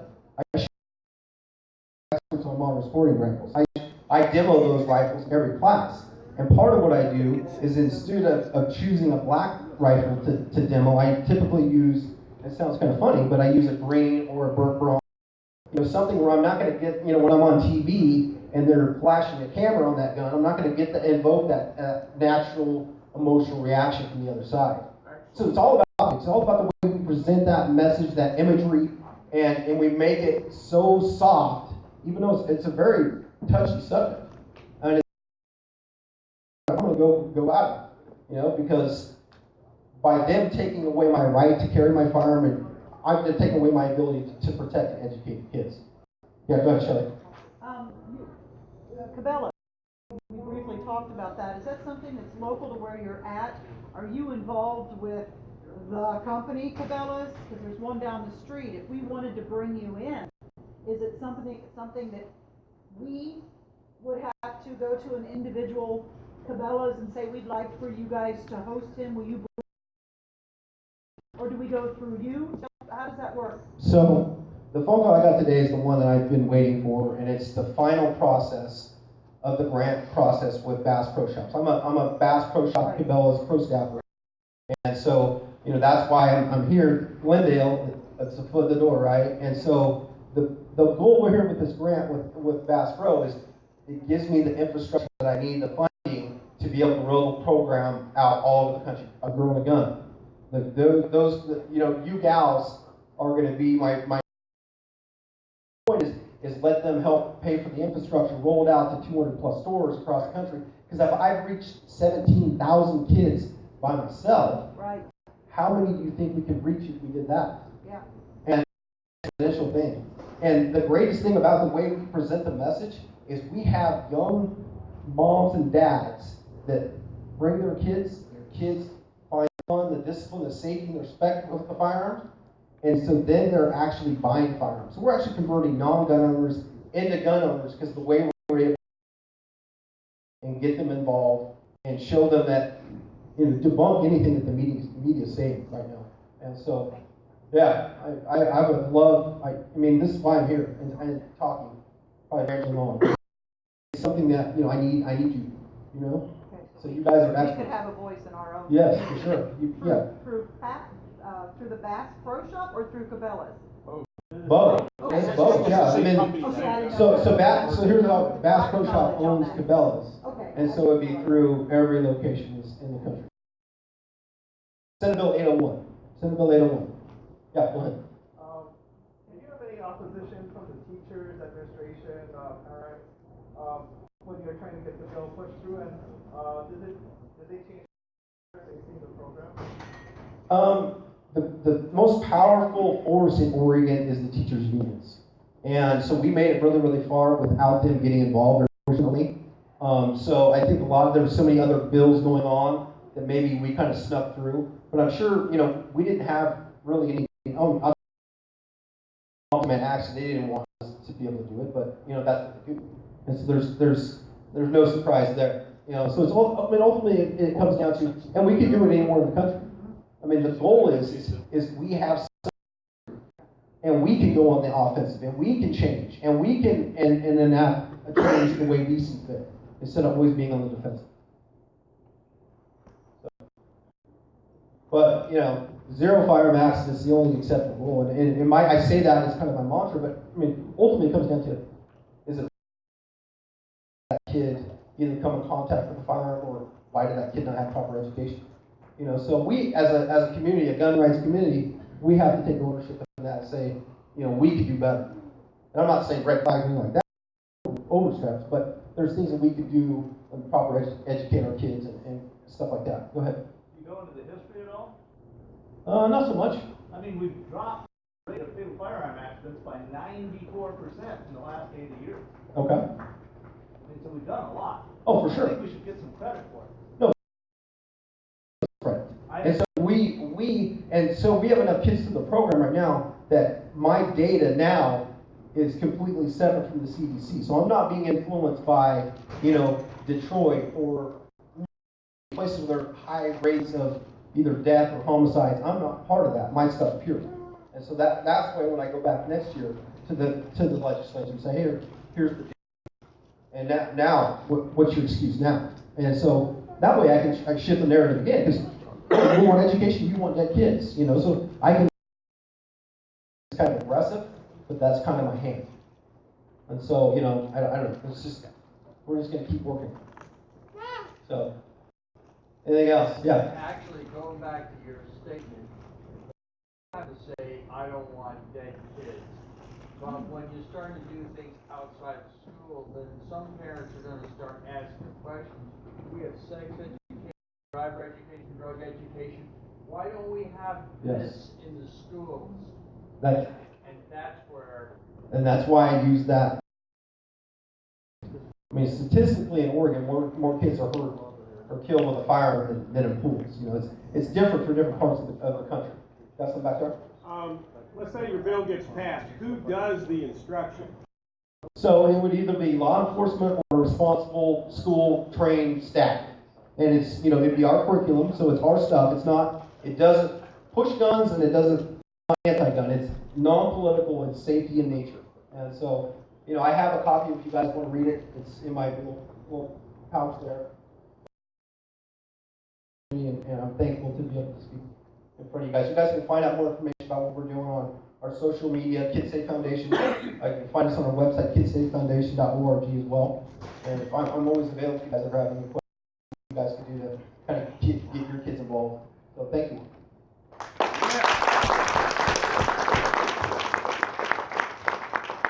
Okay, folks. No, what I want here is, was that not a lineup of terrific speakers for the day? I want to do a shout out. I think Cheryl's not in the room, but they talked earlier this morning about who the group is that we're putting together. Oh, there she is. I see a polka dot through the window. the group that put together this program. And so if you've got suggestions or ideas or things for next year, start to send them to Paul, to Susan, to Cheryl, and myself, because I'm hoping that Cheryl and I will be lucky enough to be able to be involved again next year. Well, I don't know about that. Okay, I got one thumbs up. Two. So we'll find out how that goes. But anyhow, send it to us anyhow, we'll be persuasive. At this point, I'd like to introduce Paul Lathrop, and he's going to carry on the from here.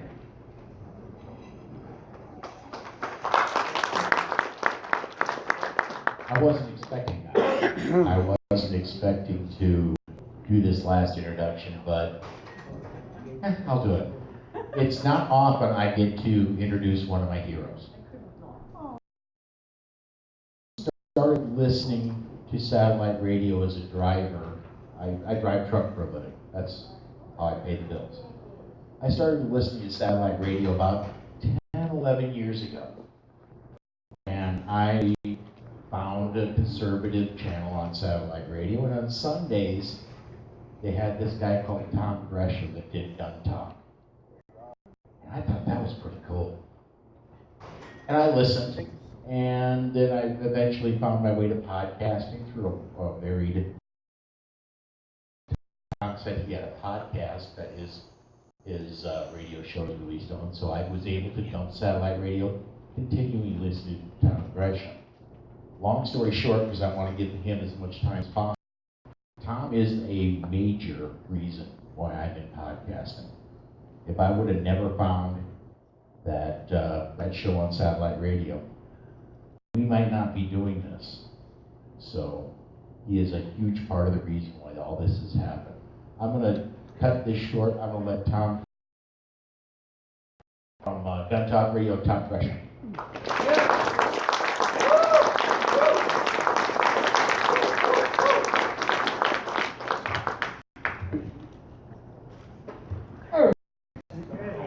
First thing up, the seasonal allergies have grabbed me, so you just got to put up with it. I'm Tom Gresham, and I do this because I don't like to work for a living. Gotta tell you. This is a great, I'm a geek expert, I love lighting, so first of all, I'm just having a bunch of fun watching this whole deal. Can't tell you how many times we've arrived on a location somewhere, we go over to Home Depot, run in and buy a couple of 4x8 sheets of styrofoam insulation, cut it in half, now you have 4x4 white reflectors. Amazing what you can do, get away with that. This is cool stuff. We're learning a lot of things here. And I'm going to be walking over and drinking a lot of water, so put up with that, please. Some questions. Who are we here? Why are we here? What are we doing? Well, let me tell you how I got here. I think there's a lot of parallels with a lot of us here. My dad was a media guy. He was the shooting editor of Sports Appeal magazine. When I was 2 years old, I was in front of cameras. And by the time I was 18, I was writing a syndicated newspaper column. But basically, I got to hang around with the right people. Hanging around with the right people to learn. I had writers and editors and photographers in the house all the time. I learned from them what we're doing here. Cheating's okay, by the way. It's allowed. In fact, it's encouraged. And just kind of the pathway that I took, I'd like to describe it because it might resonate with what you're doing and may give you some ideas. It's basically about taking advantage of opportunities. I was just to interview for a job for editor of a magazine, an outdoor magazine. Cool. I was young, pretty stupid, but really arrogant, that's for sure. And I walked in and said, look, I understand that you're interviewing people who are a lot more experienced than I am, and they're older than I am, but it won't matter, because in 6 months I'll know everything there is to know about this job, and I'll do a great job. Got the job, I think, because nobody else would take it. But what the heck, you do what you can do, right? It's like opportunity and opportunity. Outdoor Life, worked at the NRA for 3 years, back when they were in DC, in publications. A lot of things. Alaska Magazine, Rifle Handler, edited all of those, Guns and Ammo. One constant through all of that, it's kind of become our family motto, what we tell our kids. If anybody asks you if you can do anything, always say yes. And then go figure out how to do it. Because in the process, you'll learn how to do a lot of things. Because I figure I'm smart enough to learn how to do anything. Because I've seen the people who are doing what I'm doing now, and I'm at least as smart as they are. You know, I mean, when you look out there, you go, I could do that, right? So say yes, and then go do it. What's the worst that can happen? Surgery. So, that's right. You do surgery. And I could go on YouTube and learn how to do that. I guarantee you. How hard can that be, really? Hey, my grandfather was a physician. I asked him one time, he says he loves to do,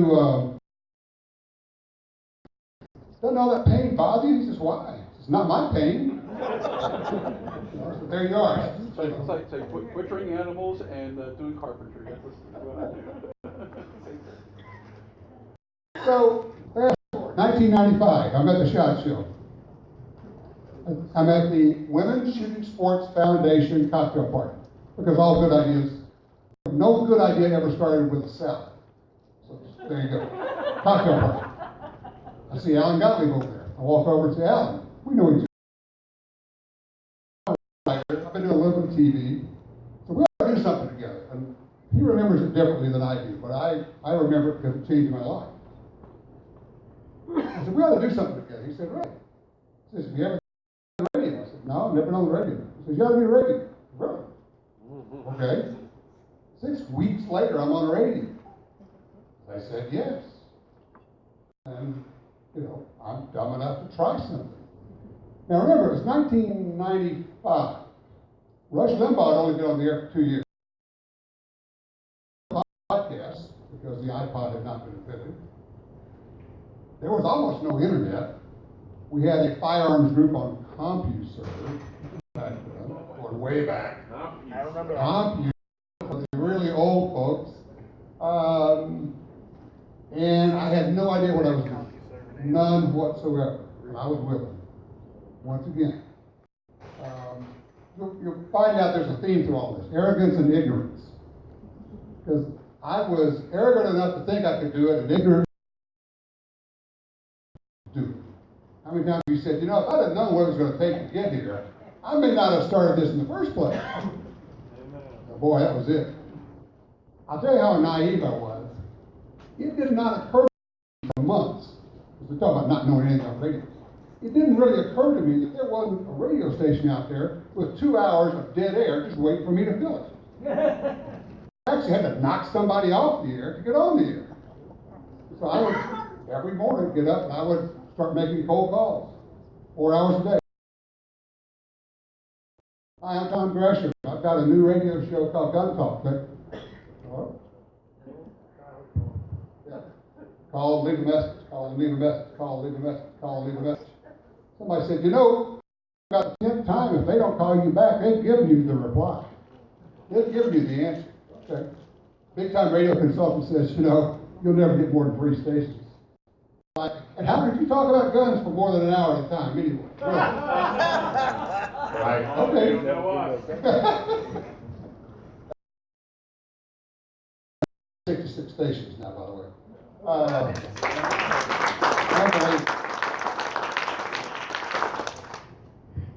got a note from a guy. Remember, 1990, this is part 1997. He's listening. He says, you ought to put your show on the internet. What are you talking? How does that work? I mean, there were no podcasts. He said, well, I know how to do that. Really? Dave Ryan. Great guy. So what we did was we would record the show. We would mail it to Dave in California. They would rip the CD and then put it up on the internet using real audio. An old technology. So as far as I know, that was the first podcast about guns. That may have been the first podcast. You know, so waiting for the iPad pod was invented. But I had this weird idea. You got to remember, I decided to do this out of frustration. We just had the 1994 Clinton gun ban passed. They quoted an ATF spokesperson saying that assault weapons were responsible for a larger percentage of crimes. I thought, well, really? That's odd. I've never heard that. But CNN actually gave out his name. So I went and found the guy. He said, I have never talked to anybody from CNN. And if they had asked me, I would have told them exactly the opposite. But here's the problem. We had no way to communicate. We had nothing. We had gun magazines. I'm talking about not the kind with spring published every month with a 3 to 6 month lead time. You couldn't answer this kind of stuff. And we needed something out there. And I'm frustrated. I'm going, well, there's this dude called Rush, and he's got a thing called radio. Why couldn't we just talk radio for guns? So that was my thing. So really the idea came out of a frustration of how can we reach a lot of people? How can we make something happen? At the same time, I was a starving writer, so you got to make a living, right?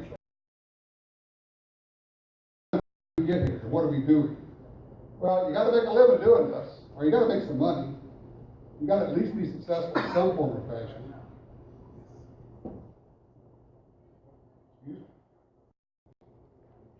One of my frustrations was, how do we get the word out? We essentially had no internet, but we had newspapers, letters to the editor. I said, you know, what would be cool? If I could get 2 volunteers in each state, I could get 100 people across the country who'd be willing to write letters to the editor. And I wanted to get 100 people. We currently have 350,000 on the Fish Club. People who are willing to now make comments, challenge. Our whole deal, look is, a lie, evidence challenge becomes the truth. We have a no shrug policy. We're not going to hear something on CNN and just go, well, that's just the way it is. No, no, no.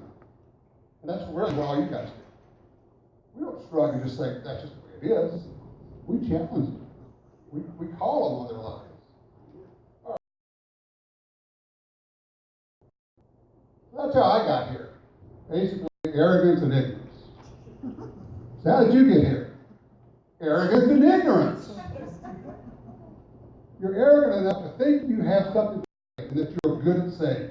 And that's wonderful. And you've been ignorant enough to go ahead and just jump into the middle of it, having no idea what you're getting into, and now you're here. That's true. Like the dog that caught the car, right? Now what do I do with this thing? So the thing that I was getting when I was a kid was just helping each other. What we've learned here is terrific today. So what are we going to do with all of this? So we're going to have a mission statement. We're going to do good. Oh wait, I wrote a mission statement for Gun Talk. Back when we do TV shows now, we do video. We've got a smartphone app. We've got all sorts of stuff. But the mission statement is still the same. And I figure if you're going to step up, statement for my company, what I do is simply this: to permanently change the way guns and gun owners are viewed in America. At least you've got a lifetime job there. But you know, why not? Why not? So that's kind of how we get to where we are here today. That's how I got here. Now the question is, why are you here? Well, a lot of different reasons. Some people do this because they just want people. But I think for a lot of folks, it's a mission. I always said that what I do is part missionary work. Honestly, at the beginning, talk radio. All I really wanted was for mom and pop to driving down the road and hit the scan button and hear somebody talk about guns on the radio. What is that? And after a few minutes, if they could say, well, you know, he doesn't really sound crazy like I've told the gun people. They keep telling me they're crazy. In fact, most people on the radio, those gun people, they sound like they're having fun. friends and neighbors, that's a win. That's a big win.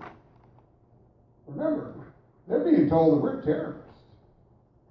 And while that sounds really nutty to us, to a lot of people who don't know any differently, they go, well, I don't know. And honestly,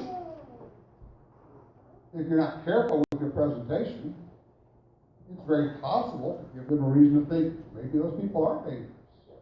We've all seen folks who are carrying the messages and going, ooh, that's not helping us. That's where we come down to being persuasive. I have to do a quick little shout out. We talked about the last presenter about presenting bills. There are a lot of people who do an awful lot of really good things that people aren't aware of. I was real fortunate. I was able to bring my very good friend Dan Salenko with me today, sitting in the back right there. Nobody knows Dan. He's just one of the smartest guys I know, and there's not a single gun bill, pro or con, that doesn't go through the Louisiana legislature without him knowing about it. All the bad ones he stops. Quietly, effectively. Nobody's paying any attention. Dan just gets it done. When Steve Scalise wants to know something about guns, his phone rings. When key people in Congress want to know something, his phone rings. He's just a guy sitting in the back of the room, making a massive difference. Isn't that amazing? But there's a lot of folks out there. There's no reason it can't be us. And we are doing that.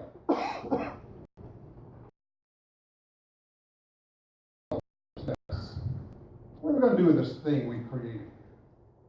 And let me tell you, you know what's cool? 25 years ago, when I started Gun Talk Radio, I was it. I was the cat. Look at this. Look how cool this is. Everybody's doing this. The multiplier effect is enormous. Here's a thought for you. Look around this room. Think about how many people you reach. The people in this room collectively reach a single show on CNN. Okay, that wasn't a real high bar. Okay, that's right. The way it is, you know. All right, so how do you get better? How do you make yourself more effective? Have a plan. What's your plan? Where do you want to go? Build a team.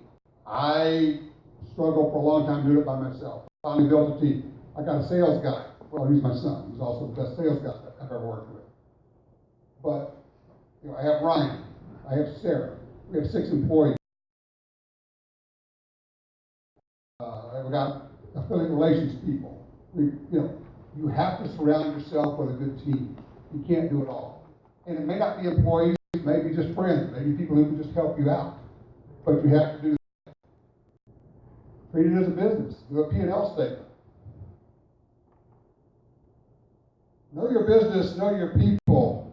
Don't tell lies. And hell yes, I stole that from this morning. If you're not borrowing, stealing, and using the stuff, there's amazing material here. Great stuff. Basic rule. Work harder than other people. Just outwork the other bastards. You know, I found that when I work 10 and 12-hour days, I just get luckier all the time. I can't tell you how many people through the years have called me and said, hey, I want to do a radio show like you. Cool. I'll tell you everything I know. Okay, and I had a network that traded on me. It went down. I had to create my own network. I buy my own satellite time. I hire my own producers. We hire salespeople to do this. Then we go try to get stations. Then we have to go out and sell advertising on. You usually get this kind of long calls. Well, I just want somebody to pay me to be on the radio. Yeah, me too. I couldn't find that gig, man. I don't know where that one is, you know. You really, a lot of it is just working hard. You guys are here. You're already here. You're doing the 98% that other people won't do.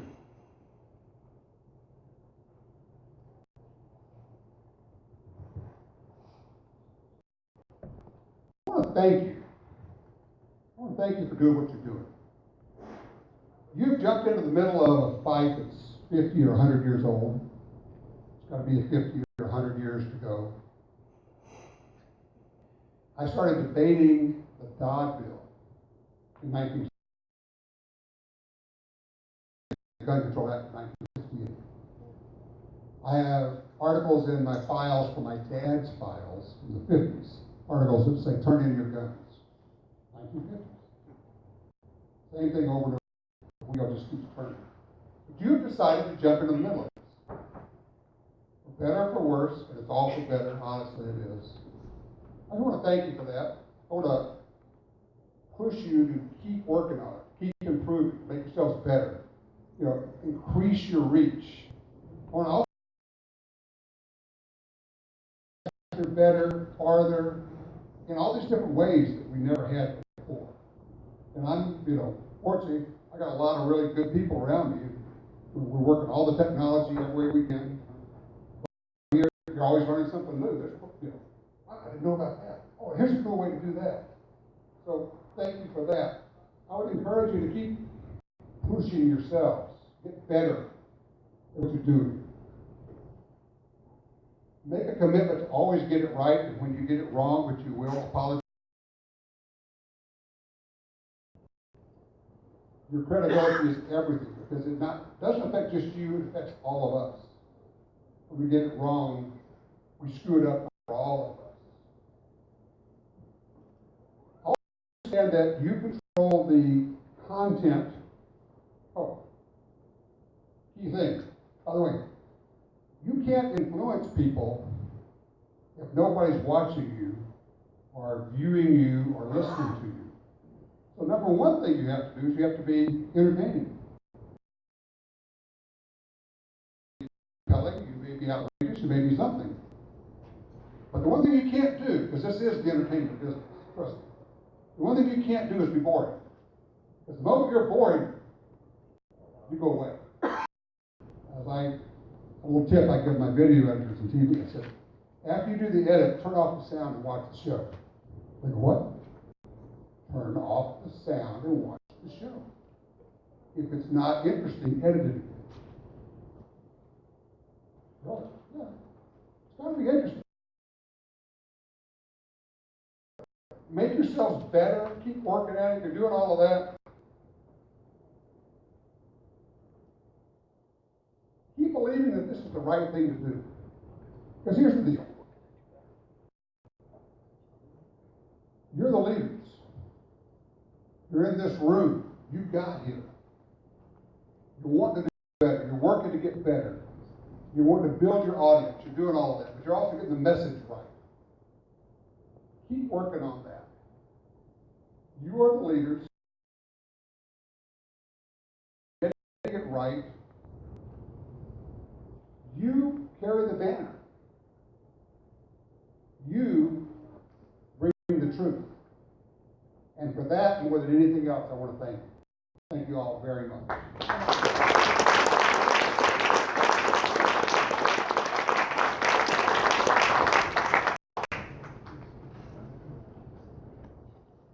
Thank you. Wow.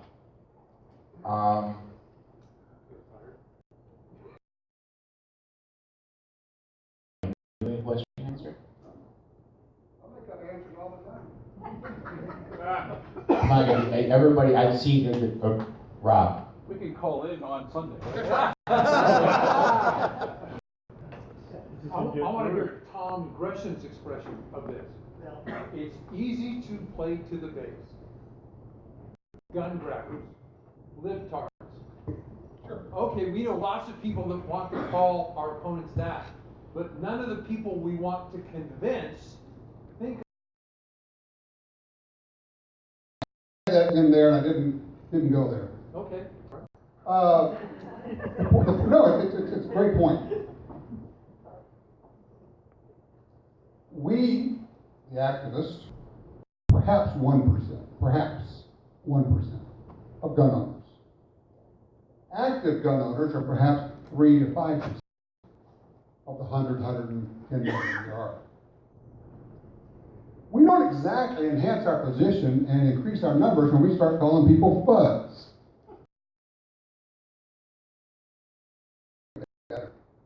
I'm more pure. Really? But there's a whole bunch of hunters out there who just turn it off. As opposed to saying, hey, let's have a conversation. Can we get together? There may be some things that you're unaware of. You're not going to persuade them all any more than you're going to persuade any group. You're not going to be 100% of them.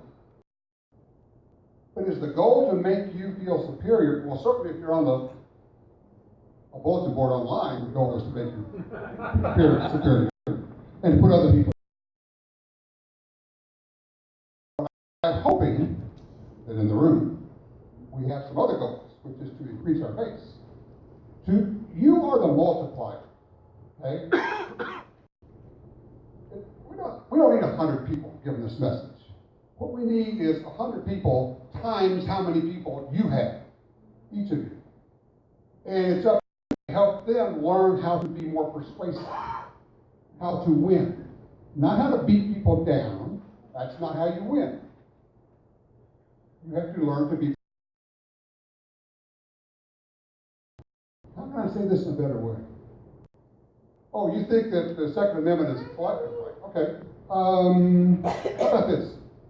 A well-educated population being necessary to the security of a free state. The right of the people to keep and read books shall not be infringed. Now, does that mean only the well-educated people can keep books? Oh, a way of presenting a piece of information. So, to your point, Rob, exactly right.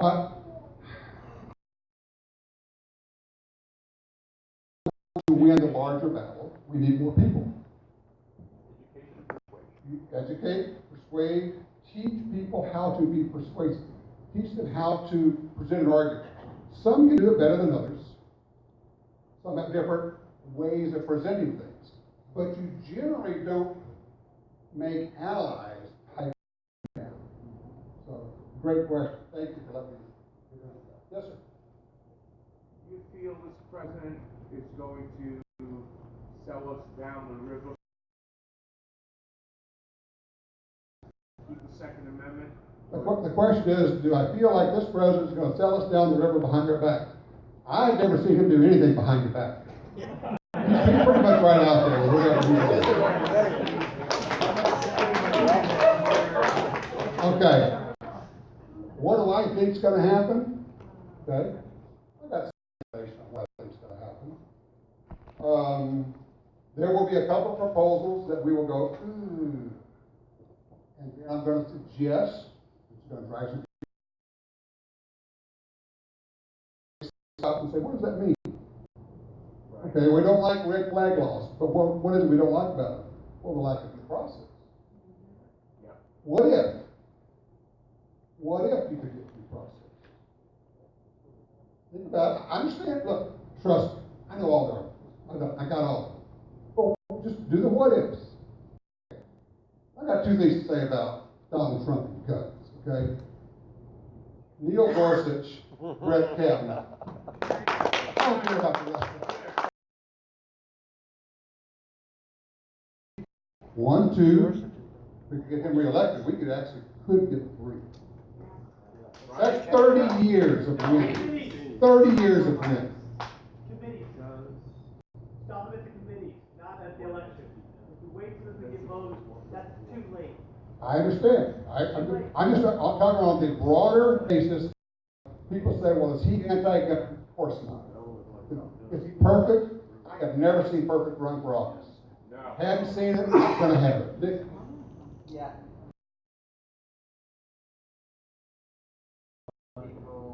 Derogatory names. Except for you. You know I've been calling you names for years. At your own risk. What I'm noticing is that the other side has gone off the rails, and they are calling us names. And I'm afraid that the more people like AOC and the squad become the face of our opponents, the more we get people Francis Yep, Robert The Francis. more, if we keep. The crazier they get, the better it is. Yeah. I'm with you. It's interesting. People call radio show. I wish I would get more anti-gunners to call it, because they're just so much fun. They really are. But occasionally you get them. And they want, the only reason they're going to call it gun talk is because they want to fight, right? And I won't fight with them. And the more you won't fight with them, the crazier they get. And they just lose it. I don't know about that anti-gun guy. That guy's alive. You know, but the gun guy is okay. He's got presented his information. You gave us some numbers for active gun owners. Do you have any idea, it's a hard number to come by, for on the other side? Good question. We know how many gun owners there are, roughly, ballpark. We don't know how many anti-gunners there are. I will tell you this. 10 years ago, I said, we have had a sea change in the gun rights movement. And the sea change is named really amounted to anything. Just didn't. Not Brady, not Violence Policy Center, none of them. There was nothing. Bloomberg was the difference. Bloomberg billions. When you can go into a state and you can buy up all the avails on advertising to push a referendum, that's a game changer. Actually, we do have a couple of billionaires. They just don't want to be out there, but we do have them. Just that one. But what we do have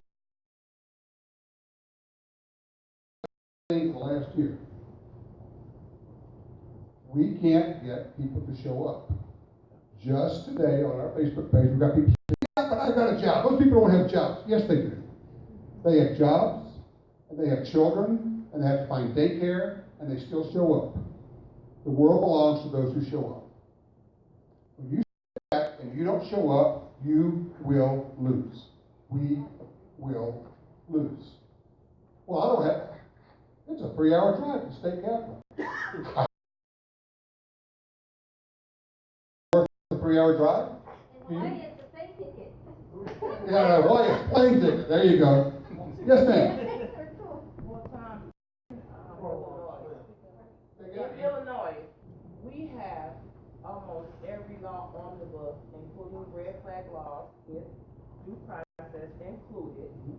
We have banning capacity as well as firearm, federal firearm license dealer act. All of these things were put in place, quote unquote, to stop the violence or prevent. I know the city of Chicago and the state of Illinois, we see the violence is rampant on a daily basis. So the fact that when you throw the gesture, what about and what if, we're already dealing with all of those things that you're seeing that may come to your state, and we've been dealing with it forever. No, I understand. When I talk to folks in California, I said, there it is. You don't have to wonder. Actually, I get to use your state, particularly your city. Forget all the things. There's no gun law you can propose that has not been implemented in the United States, including confiscation. Show me a single place which ever reduced crime. I don't think it exists. I said all of that. That's just all kind of our material that we work with. We have to find better ways. Yes, sir? And I have no idea what the solution is. You said you'd love to have anti-gunners call the show because there's so much fun. I get that. How do you get them to call? Can you? I had Brady on. I just had the Brady folks on. But can you get them to get on so that their No. supporters call? No, of course not. I can't. I will share one story with you. This is a little piece of history, just kind of interesting, no deal. Tell me when I got to get back. Some years ago, we got a call saying, "Would you like to book Sarah Brady on your show?" Absolutely. Now, what had happened is I just got named. There's a publication for talk radio. I got named to the list of the top 100. They had no idea. But guess who was calling? Guess who was calling to book Sarah Brady? The Bill Clinton White House. They were doing her media bookings. 2 days before she was scheduled to go on, somebody must have looked and went, whoa, GunTube, that ain't happening. She was a no-show. We were just contacted by Brady again, though, and they just put a spokesperson on the show. She did not fare well. Yeah. Was I mean? No. I was not mean, but I also do not let them get away with their BS. But you know what meant by being, that's the other thing. We do need to be out of here pretty soon. We got about one more question, I think. Or maybe not. Or never. Yes, ma'am. What do you tell your callers when they're mean? What do I tell my callers when they're mean? What's interesting is I don't get mean callers. And I think that's because of the tone. They don't hear me being mean to anybody. I try not. We do have a clock that runs. I also don't let them monologue forever. Say, hey, but you gotta let me talk a little bit. I think it's all about the tone. But also, I would just tell you, you can't be. Do you think somebody on the sideline, two people are talking here, and somebody's over here, and you're the one who's being mean and screaming and being put down and all that, calling me. Remember, the audience is not the person you're talking to. The audience is the person who's listening. Someone told me, he says, very early on, you do not use callers to make a good show. So you select them carefully. You treat them with care. Understand they are simply an element in your show that you're using to present to your audience. So you got to figure out, am I going to achieve my goal by being mean or letting other people be mean? Or is there another way to go? And each of us have to figure out what your approach is. Hey, everybody, thank you so much. Thank you for being here. Yeah. You guys are great.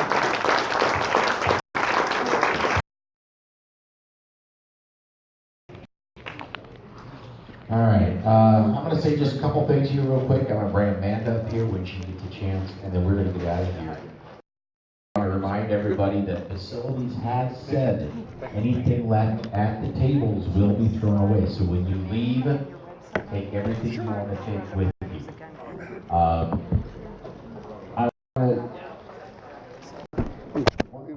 wasn't able to do this morning. I screwed it up. Because I ran out of time. Bigfoot. But,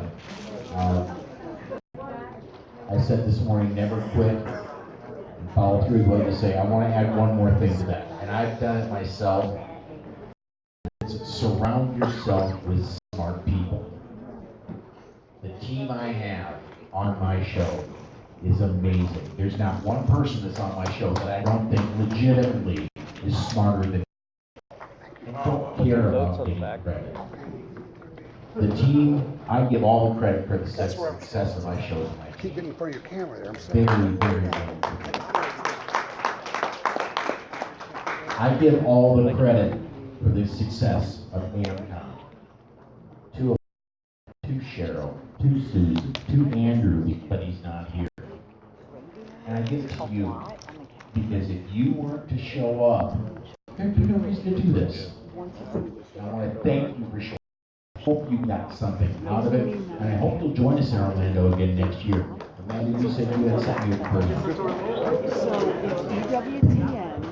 Okay, one last bit of housekeeping. We found out that they have had enough people check in and register that they can not just have the reception. We knew that early. We knew they were delusional. So what we found out is they are going to do it here in this building. They're going to do it in the vestibule, and they're going to be doing something kind of in the middle. Street dance. So I'm not quite sure what that means to the fashion show, but it may be that we're taking the show on the road. I'm going to go talk to Alan, and we will know at 7 o'clock whether you guys are doing it once, or whether you guys are doing it twice, or whether you're doing it 3 times. We're going to start at 7 o'clock. 7 o'clock in this building. And we'll go from there, whatever it is, however it works. So thank you, thank you, thank you. All right, guys. That's it. Thank you for coming, and I get to see everybody in Orlando. Thank you guys for watching. Come say hi to me when we're broadcasting. Yeah, this was the Ammcon Social Media Workshop Part 2. That was fast. I've